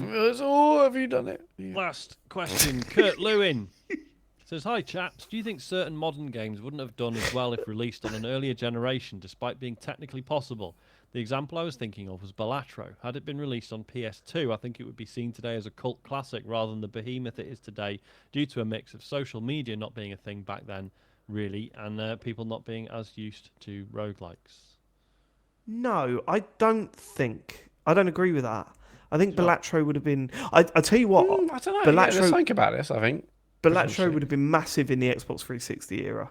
When Oh, at God, the, yeah, like the the early- like the live arcade arcade era, stuff. Yeah, like Holy it was it. Yeah, crap. Uno and stuff, and Yeah. Yeah. totally. I don't necessarily think it would go to cult status on the PS2. I think it would still be pretty popular because it's so accessible. I think we're talking more games like modern games that wouldn't have done as well. God, it's a good question because you'd look at them and go, look at the graphics on that. Is it? Well, yeah, I guess we. Okay, do well, we I mean- assume there'd be a graphical downgrade, but like, I don't think you would get away with like the modern live service shooter. Would that just like if you tried to put that on a PS2? Okay, assume it looks worse or whatever. Would people just be like, no, this is horrible. I just want to buy the game and own it? No, Do you think I it's been don't. like a slow build up to where we are now? With No, live because I service think stuff? it still would have blown your mind that you could play a game like that for free. I think the best answer to this is there was definite period during the PS1, N64 where 2D games were looked down on, like really looked down on, and it was like, what? I'm not playing a 2D game. I remember getting a Sega Saturn and thinking, I'm not playing 2D games on this thing. What the fuck am I doing that for?